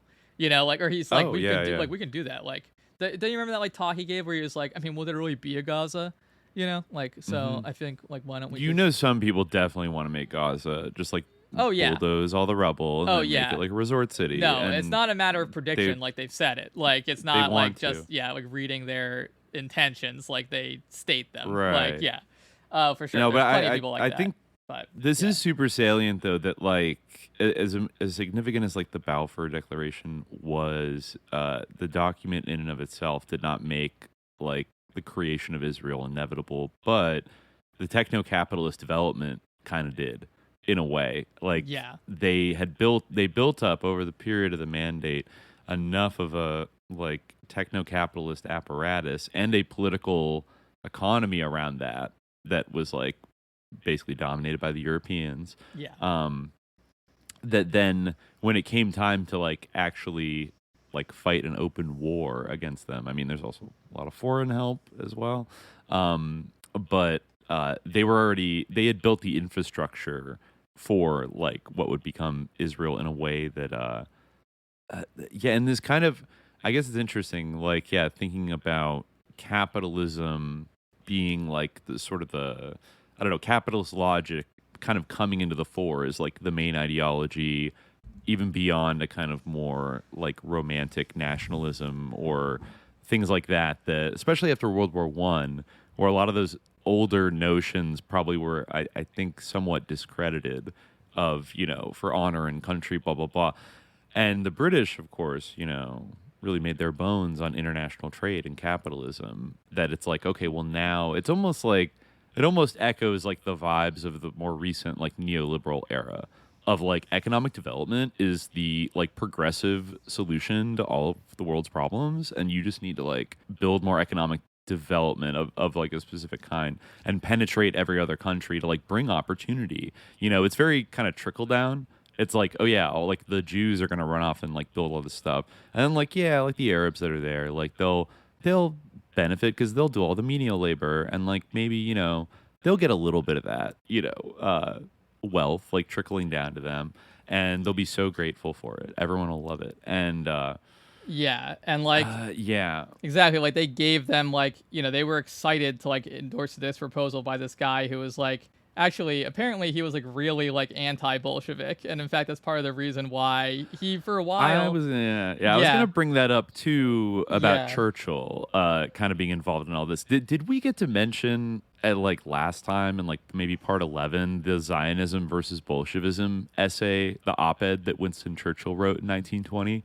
I think that we might have read. I think we might have read from it, I do remember reading from like insane Churchill screed, like where he talked about like how like we need to support Israel, and I think it might have been like we need to it might have been against like communism. I'm pretty sure. Like I do remember reading an insane document of his. It was a while ago. We read something near the end that was like the central point. And the point was that like they're both Jewish, right? And like it's a battle for the soul of Judaism. Yeah, right. It is. I think it might be titled a struggle for the soul of the Jewish people. Yes, we might have read. I think I might have read the entire thing, like in one. It's pretty crazy. Yeah, it has like the sections of like good and bad Jews is the first section. And then national Jews, and then international Jews. Yeah, exactly. And then terrorist Jews, which are the Bolsheviks. And he points out that like this is when Jews go bad; they become like Bolsheviks. And then after that, the quote protector of the Jews, I guess that's Britain. And then a home for the Jews, and then duty of loyal Jews. Yeah, so like the long and short of it is a pretty racist article that he wrote, but it really is like that was the way he saw it. So even on a more meta kind of ideological level, this kind of syncs up with the techno-capitalist kind of thesis of this being the driving force, because also Winston Churchill saw it as this kind of symbolic political beacon for the Jews all around the world that would be a bright, like shiny, optimistic alternative, a capitalist alternative to Bolshevism and the Soviet Union, which also was very popular with a lot of Jews. And to run this hydroelectric plant, they picked someone who was like, a fucking SR. And you know what the SRs are? Like one of those SR women shot Lenin. That was an SR. I forget her name. I'm blanking on it now. But I forget I think she was a left SR. They split into the left. Yeah, he was really anti-Bolshevik. Apparently, they were the terrorists. Like they were like the heckin' like time to throw some bombs, man. Like they were like the Bart Simpson socialist revolutionaries. This guy even in notes Russia, Lenin didn't like them. Yeah, this guy even notes that enhanced his status with the British, that he had been an SR and that he had been like a minor official. He was deputy governor of St. Petersburg in the short-lived Kerensky government. Wow. Provisional government. Yeah. Okay. He's probably a right SR because they split first. I think what happened was, I'm a little fuzzy in the history, but I'm pretty sure after the February Revolution, the Bolsheviks were like, no, like all power to the Soviets.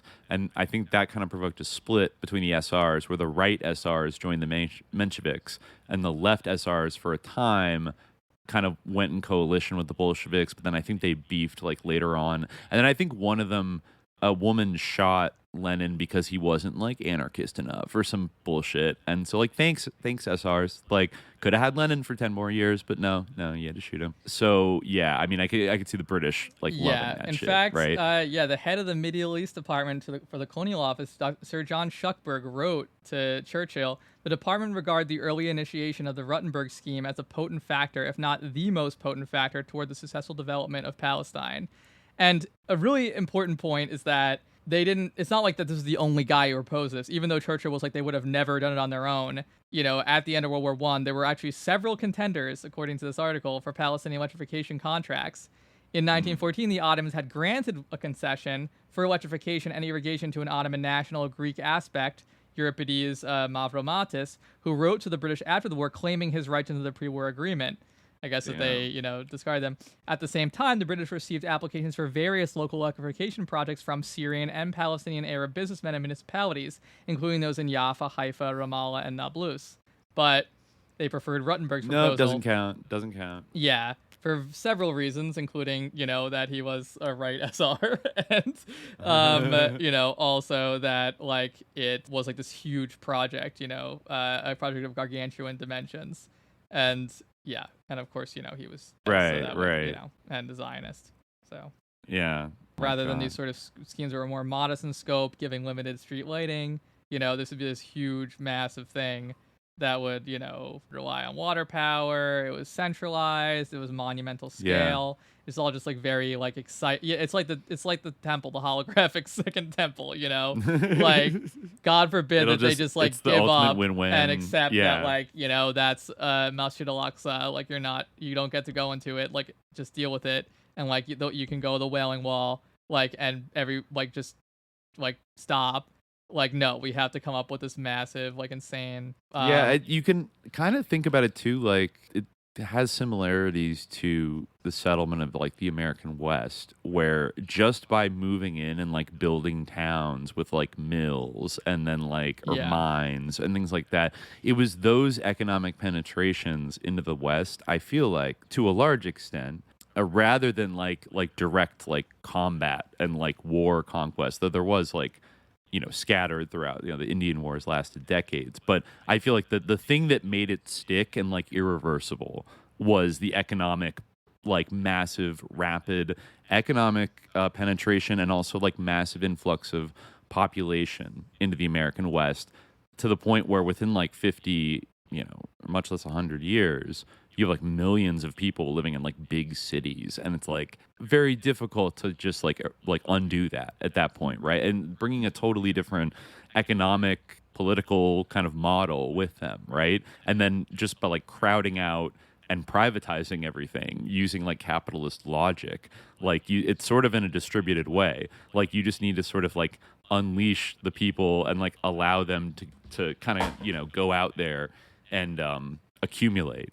And then like there's a lot of like distributed violence that happens that is like not, even though it's not dictated from the center, it certainly was like tolerated and like they didn't right with like the US government, right? I mean, they weren't exactly even, I mean, once they allowed that to be like the paradigm, there's almost like not much you can do to really like stop it from like running its sort of its course. And so a little bit of a similar thing. I mean, remember Herzl like crying when he saw the Jewish cowboys like riding in Israel, and he thought it was like the Wild West. Yeah. Like there is that kind of like we're building the West, like we're building this place for like Western civilization. And I could see, the British, if for nothing else, like sure there were some strategic things with the Suez Canal and trade routes, but they also, they were very interested at the time in building a pipeline out of Mosul, right?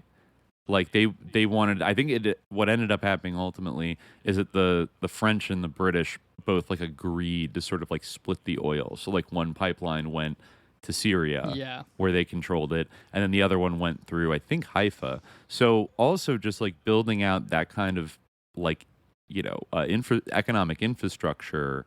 It obviously helps to have like this techno-capitalist like colony that you're kind of like fostering to like grow and grow so that you can connect all these things.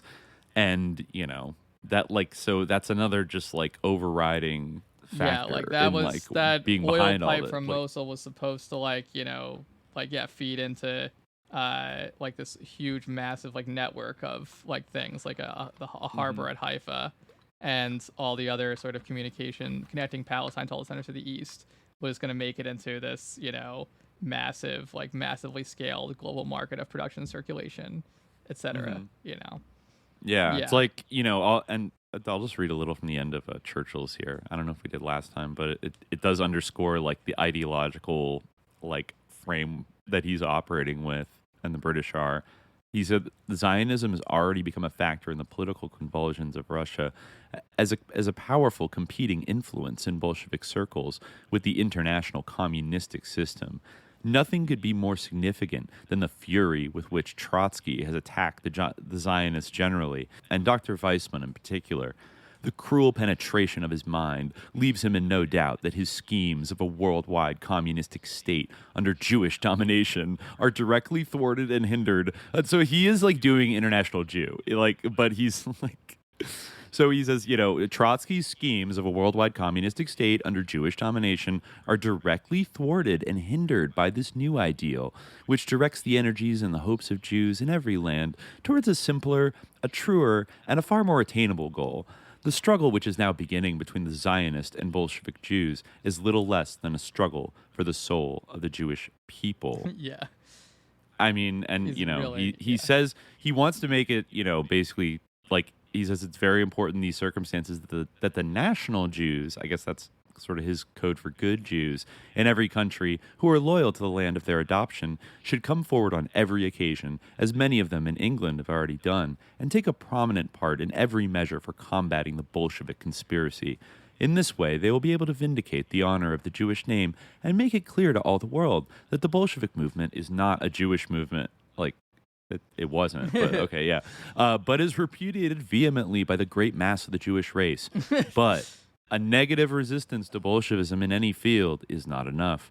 Positive and practicable alternatives are needed in the moral as well as in the social sphere, and in building up with the utmost possible rapidity a Jewish national center in Palestine, which may become not only a refuge to the oppressed from the unhappy lands of Central Europe, but which will also be a symbol of Jewish unity and the temple of Jewish glory. A task is presented on which many blessings rest. So yeah, I mean, he's laying it out very clearly that like it's not enough for like Jews to like step forward and like be patriots and like denounce the like the Jewish conspiracy, which like on one hand he's asserting is very real, but also like exhorting Jews to like clarify that it's not Jewish. Like, but according to like Trotsky's plan, yeah, Trotsky has some Jewish plan. It's kind of like how like Muslims have to condemn ISIS or whatever, but like. Oh, it's all it's just like, like Jews have to condemn communism because it's obviously and say it's not what it's about. Yeah, because like we kind of know that is what it's about. Like some of them do think this way, and we have to stop them.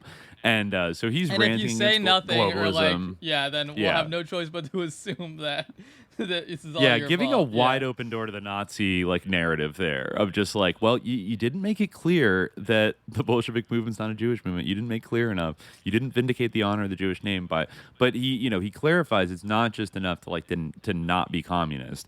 We have to offer a positive and practicable alternative to Bolshevism that we can get Jewish people to like rally around instead, that is at the end of the day a pro-Western techno-capitalist project that is not, despite what some of the labor Zionists think, not like an inherently socialist project, and not one that like that could be a counterweight to Bolshevism. So in that sense, you could see why they put up with the so-called headaches of like managing the mandate. Just another layer of motivation for them in this period. Right? It's interesting that like there was just, we're recording this on the 10th. It's interesting there was just like a huge like cultural like hubbub over like Winston Churchill and like I was how gonna mention evil he that. was. Yeah. Like, yeah. Like some dude And like it's went on like Tucker Carlson or something and said like that Churchill was like the main bad guy of World War II or something.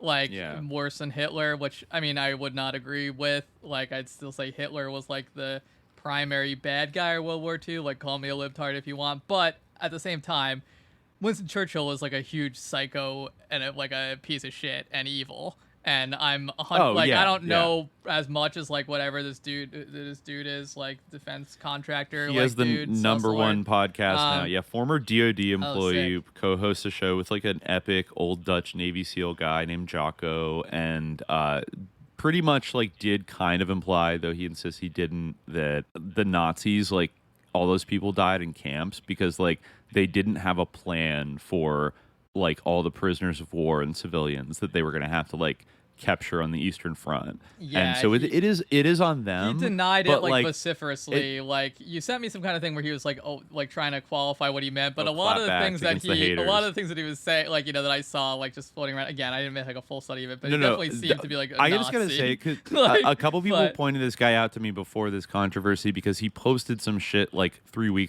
or 4 weeks ago about like, I just been reading a whole bunch about Liberia recently. Should I do one of my epic like multi-part like history series on it? And I was like, you're not allowed to. No, like fuck you. Like you're not allowed to. He also did a series on Israel and Palestine, which I guess was his big like come up, and he got very popular doing that. And also he did one about Jonestown, and I did listen to him talking with Tucker about it. This guy is just a certain kind of a fucking history pro podcaster that I just... He is the Martyr Made guy, right? Yeah. Okay. Martyr yeah. Made. Okay. Yeah. We're calling it out. We're having new enemy. Well, I mean, I guess it was obvious to everybody. I was just actually trying to confirm because, like, you know, it was like that mold bug Curtis Yarvin thing where, like, 1 second he's mold bug and then all of a sudden people start calling him, you know, so I feel like it changed. But anyway, I don't understand why his podcast is called that. I guess because, like, martyrs are made through the process of history. Anyway, it's a little weird. He owns like some Nazi adjacent like merch coffee mugs that he was like posting about and like, you know, all that stuff. No, but his thing with Jonestown is that it was like a methamphetamine murder suicide, and all those people actually did kill themselves, and like never brings up like the CIA. Like except to say that like these people thought that like they were being oppressed by the CIA. He doesn't. He like. All I say is that the DOD like really seems to have the hookup in the podcast game. Like, you know, anybody that collaborates with the Department of Defense seems to go on to have a great podcasting career. The Department of Defense is the one that has the pipeline. Like, if whether we, it's like, you know. But I was gonna say that like I remember that a friend of mine like definitely like, you know, and I've never listened to his show, so like I'm not necessarily denying that like there's good content. Like it seems like it's probably like kind of like that hardcore history type of thing, and it's probably more structured than our podcast, you know, so it might be nice like in that way, like, you know, where it's like, and then on in October 1941, like, you know, whatever, like this occurred, and like, you know, storytelling, and, you know, not just like two guys like shooting the shit and reading articles or whatever, you know, like more than that. But Demon Forces was an op.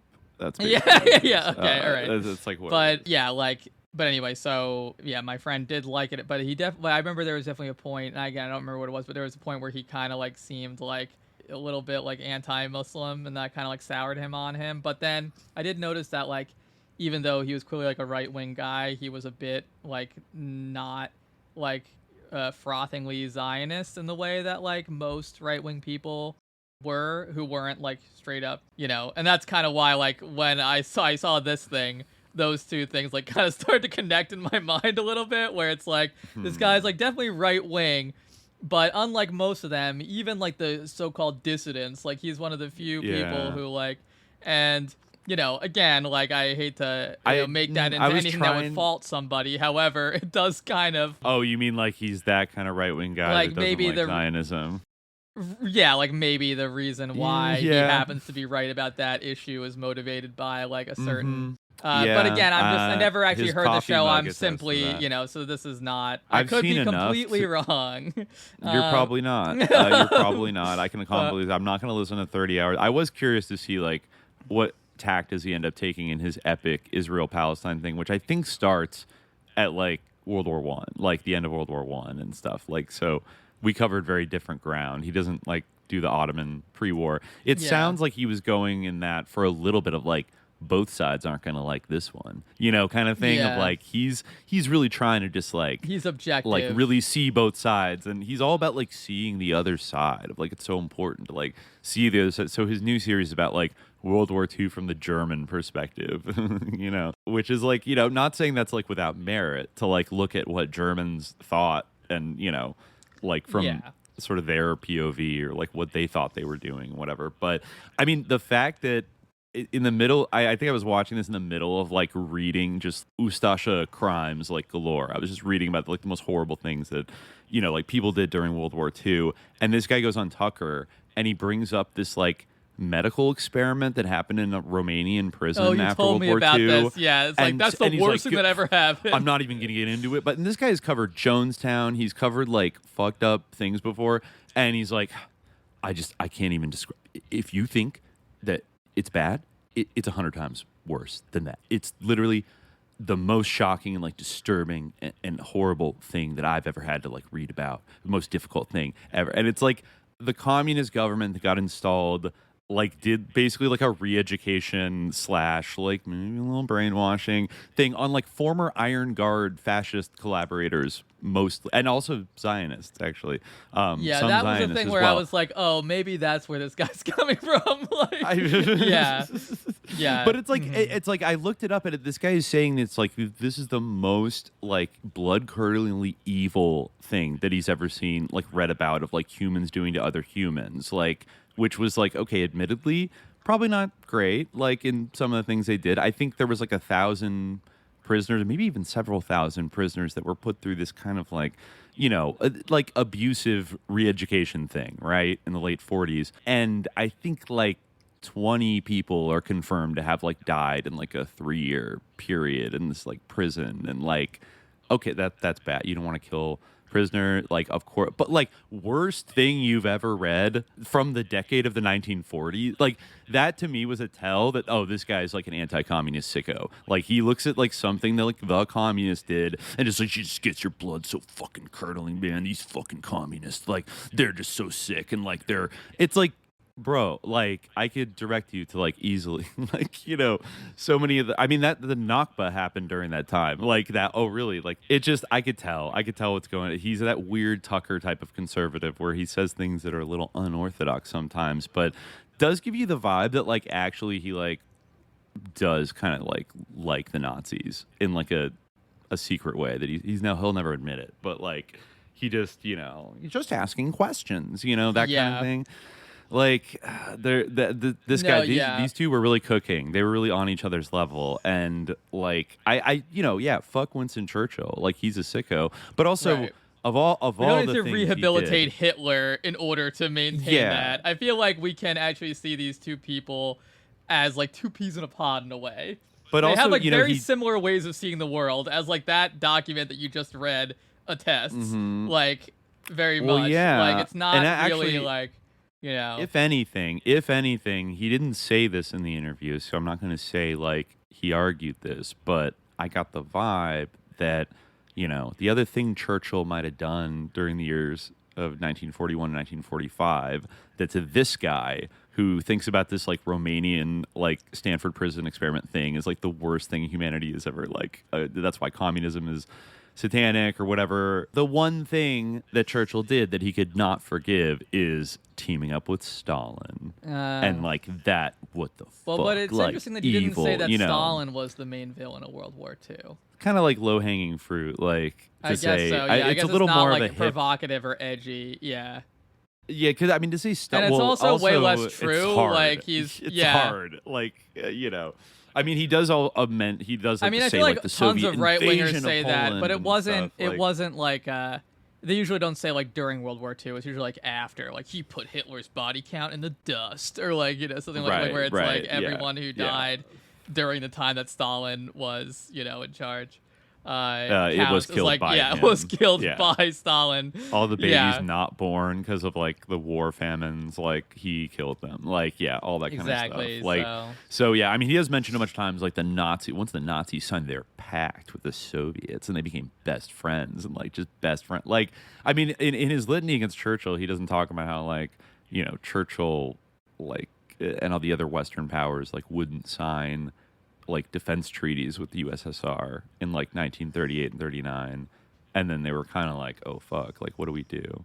I just like I'm over the Nazi Ribbentrop Pact, like just like when that means they were Nazis, that means they were Nazis, that means it's like that's what they want to like push through with that. It's because you don't have much of a leg to stand on otherwise. But yeah, I get the vibe that he probably hates that like Craven Churchill even collaborated with the greatest mass murderer of all time, Stalin. Yeah, I mean, like, and just like no one who I know like you have like a great admiration for Stalin, and but I'm just saying like anyone who was like commanding one of the main armies involved in World War II is not someone who I would like necessarily like look to like emerge from that like spotless. You know what I mean? Like of it's course, like they're all like deeply compromised in many ways. I'd probably say that Stalin comes out the best, by a significant margin. But I'd say so as well. And it's not to say like, oh, he was like an angel and like he didn't know. Like Stalin had to do some fucking hardcore shit. I like, definitely think Stalin did some things that were wrong that I would criticize. But on the whole, I definitely think he gets a worse rap than he deserves. But I think and from inside the own party, it's complicated. I mean, I've been grappling with that lately because I've been reading a lot about Tito, and it's like if you like Tito, and you also kind of like have respect for Stalin, like you can't just like pick both and be like they were both like they fought, they beefed. You know what I mean? Yeah. It's like it's kind of like Mao and Khrushchev, like. like, but nobody talks about like the Tito USSR split as much as they talk about like the Sino-Soviet split, or even people even talk about fucking Albania more, and like Enver Hoxha, but nobody talks about Tito's like different version of like communism and like the weird ideological like beefs they had. And I honestly, reading through it, it's like both have some good points. I don't know, like it's really tough. Like I kind of get where both of them are coming from, and like this shit isn't easy, you know. Like I mean, it's hard, you know. That's the problem. Like when you actually like look into history, like it gets messy, and then like the goodies and the baddies start to like fall away, you know. And then you're just like, oh, this fucking sucks. Especially like when you're reading about a historical event that was in some way like just tragic for humanity, or like just you know, like which often are, like, you know, the Ottomans are an example, you know, like we were just reading from Wasif Jawhariyyeh how he was like, we hated them, and then as soon as they were gone we missed them because then we had the British.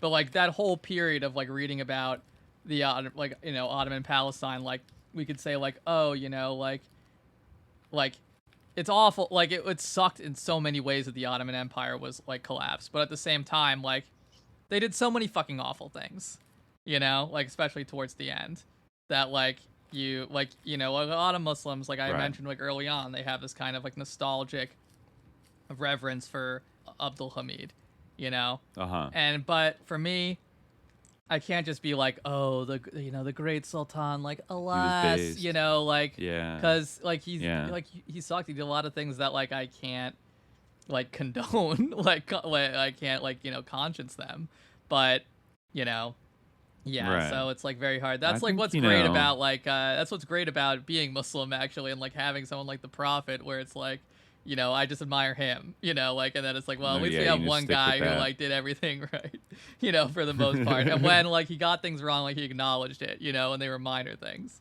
But because other than that, you're always gonna be disappointed, you know, like if you don't have like someone who's like larger than life in that way. Well, not that he was really larger than life, you know.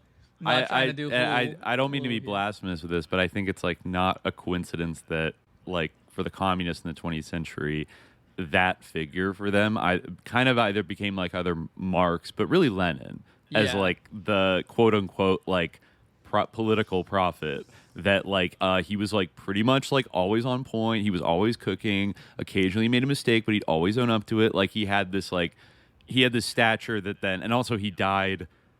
He wasn't around that long to like, you know, have like a longer career, and so he could kind of become that like.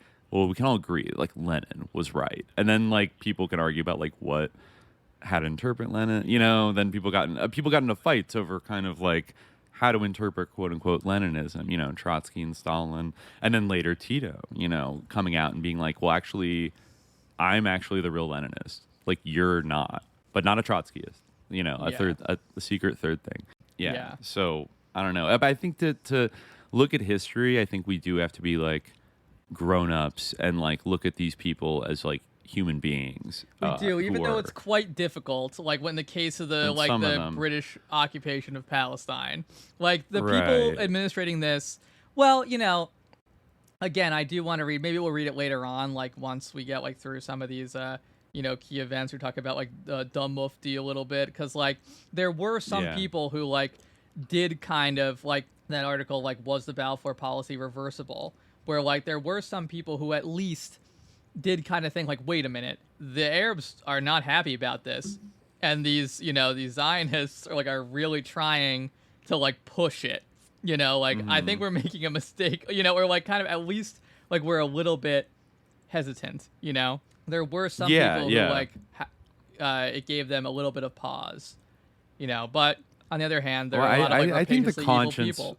The conscience around these things, like regular people typically do notice when something like fucked up and off is going on. There are a lot of things in like policy of deceit of like mid-level British officials being like this is all like the word rubbish is thrown around a lot. But like, you know, it's like everything from the land policy to like square, like how do I talk to Arabs about the Balfour Declaration and like the promises we made to like, you know, Sharif Hussein, and like we can't, like these are, you can't like reconcile these two things. But okay, I guess we just have to like We're lying to them. Okay, we're lying to them. Great. This is going to probably have bad consequences, by the way. And then it's like, whatever. Like the die had been cast. But then again, you're part of the vast, Britannia empire, right? Yeah. Like you're a cog in this vast apparatus, and like the tendrils of techno-capital want to spread. Yeah, and like a strong weed. Yeah, and even the Zionists themselves, obviously, again, people know where my sympathies are in this. I'm not trying to be both sides aren't gonna like this, because I have no interest in making a podcast that is pretends to both sides. It's just because I have some artificial value where one side's obviously wrong, that I have to pretend that it's equal just because it's, some people are wrong and disagree with me. But it is definitely true that for instance Dr. Lachman, that guy, he certainly had flaws. He was expelled from Germany for being Jewish, he he obviously he didn't hate Arabs or anything. When it came down to it, Right. he got to stay, and Wasif Jawhariyyeh had to leave where he lived, where his family Right. lived for generations, and Right. he got to keep his music in the Hebrew University. The same thing where they got to control the power plants, the power lines, they got to keep that. You could even draw a parallel in that way. There were it reminds me of that story of the family who came after the Nakba to Palestine, having gone through the Holocaust, and they were given some family's house to live in, and they had plates on the table and things just from having just left and run away from their house all furnished and everything, and with their belongings still there, and they were we can't do this. We can't move into this. This just happened to us. I'm not moving into this person's house. Yeah. So there were some people people who could didn't quite recognize get it at it. the time, Yeah, exactly. right? Or got up to a certain point before realizing what actually was happening, or had this kind of fervor of wow, how exciting, a homeland, and then it's oh, wait a minute, there's people who already actually live here. Because if you were just reading about it from far away, the way that other people talked about it, you could be forgiven for not realizing that there were people there, because they were just the talked way they about talk they about didn't the exist. invisibility thing. Yeah. That just this land, everything from detonating the clock tower to ripping down all this Ottoman infrastructure, and then constantly making these movies, because these newsreels are helping also shape public perceptions in the West about what this land is, and they all kind of portray that broken down, empty, vast, desert space that is just waiting to be cultivated by capable, advanced Westerners, and look at what they're doing, and then these old Arabs are just kind of sitting around watching, like Churchill said, never in 1,000 years would they do this, there's no way. And all that narrative gets reinforced. Or that this is actually helping them in some way, you're gonna create this, and of course it's not what happens. And anybody that anytime there's violence, it must be completely irrational and crazy, and either motivated by religion or just racism, and even project European anti-Semitism onto them is when the different this is more two ethnic groups fighting than the kind of the classic case, I think, of a lot of European anti-Semitism, because also the political authority is not in the hands of the Arabs, it's in the hands of the British in kind of collaboration with the Zionists. And want to a give it lot to of the small these minority to rule over a place in a way that's completely hateful to yeah the actual when it majority. started. Yeah. The last thing I'll say is that it is funny, thinking about people like Tucker, or other dissident right wing kind of people, or even all the MAGA Trump people that are so pro-Israel, but then flirt around with this great replacement theory kind of thing about which often sounds a little anti-Semitic, right? It's kind of tinged with it of they are orchestrating all these minorities. Except to they move to think America that they're being replaced because they saw one black person, and there's no it's ridiculous. Yeah, I mean it's completely insane. But ironically, I don't want to. This is overly simplistic, but I mean in a certain type of there was a great Yeah, this was replacement actually plot. it would be reasonable it actually did if you happen were here, kind of. Yeah, this actually was a great replacement. Like, I mean, that is I get, plainly what they say. I don't want to legitimize that terminology in any way. However, that's actually but the circumstances are completely different from the way that people talk about that in an American context, where it's there's no Balfour Declaration that's we recognize that there must be I don't know a Haitian national home in the United States, and that Americans the lazy American working class can never develop this country, and only the genius of Haitians can, just to again, not to single out this group just because they're also in the headlines as having become a political football in the election drama and everything. I love of course, all Haitians. No offense to them, and I completely repudiate any of these slanders being made against Haitians for political expediency by these fools. But it's just that's what I'm saying. It's not comparable. But the thing is, but the level of hysteria over one thing, and then looking back at a historic situation where probably largely it's such a small region of land that you could sort of do this on a small scale, but not.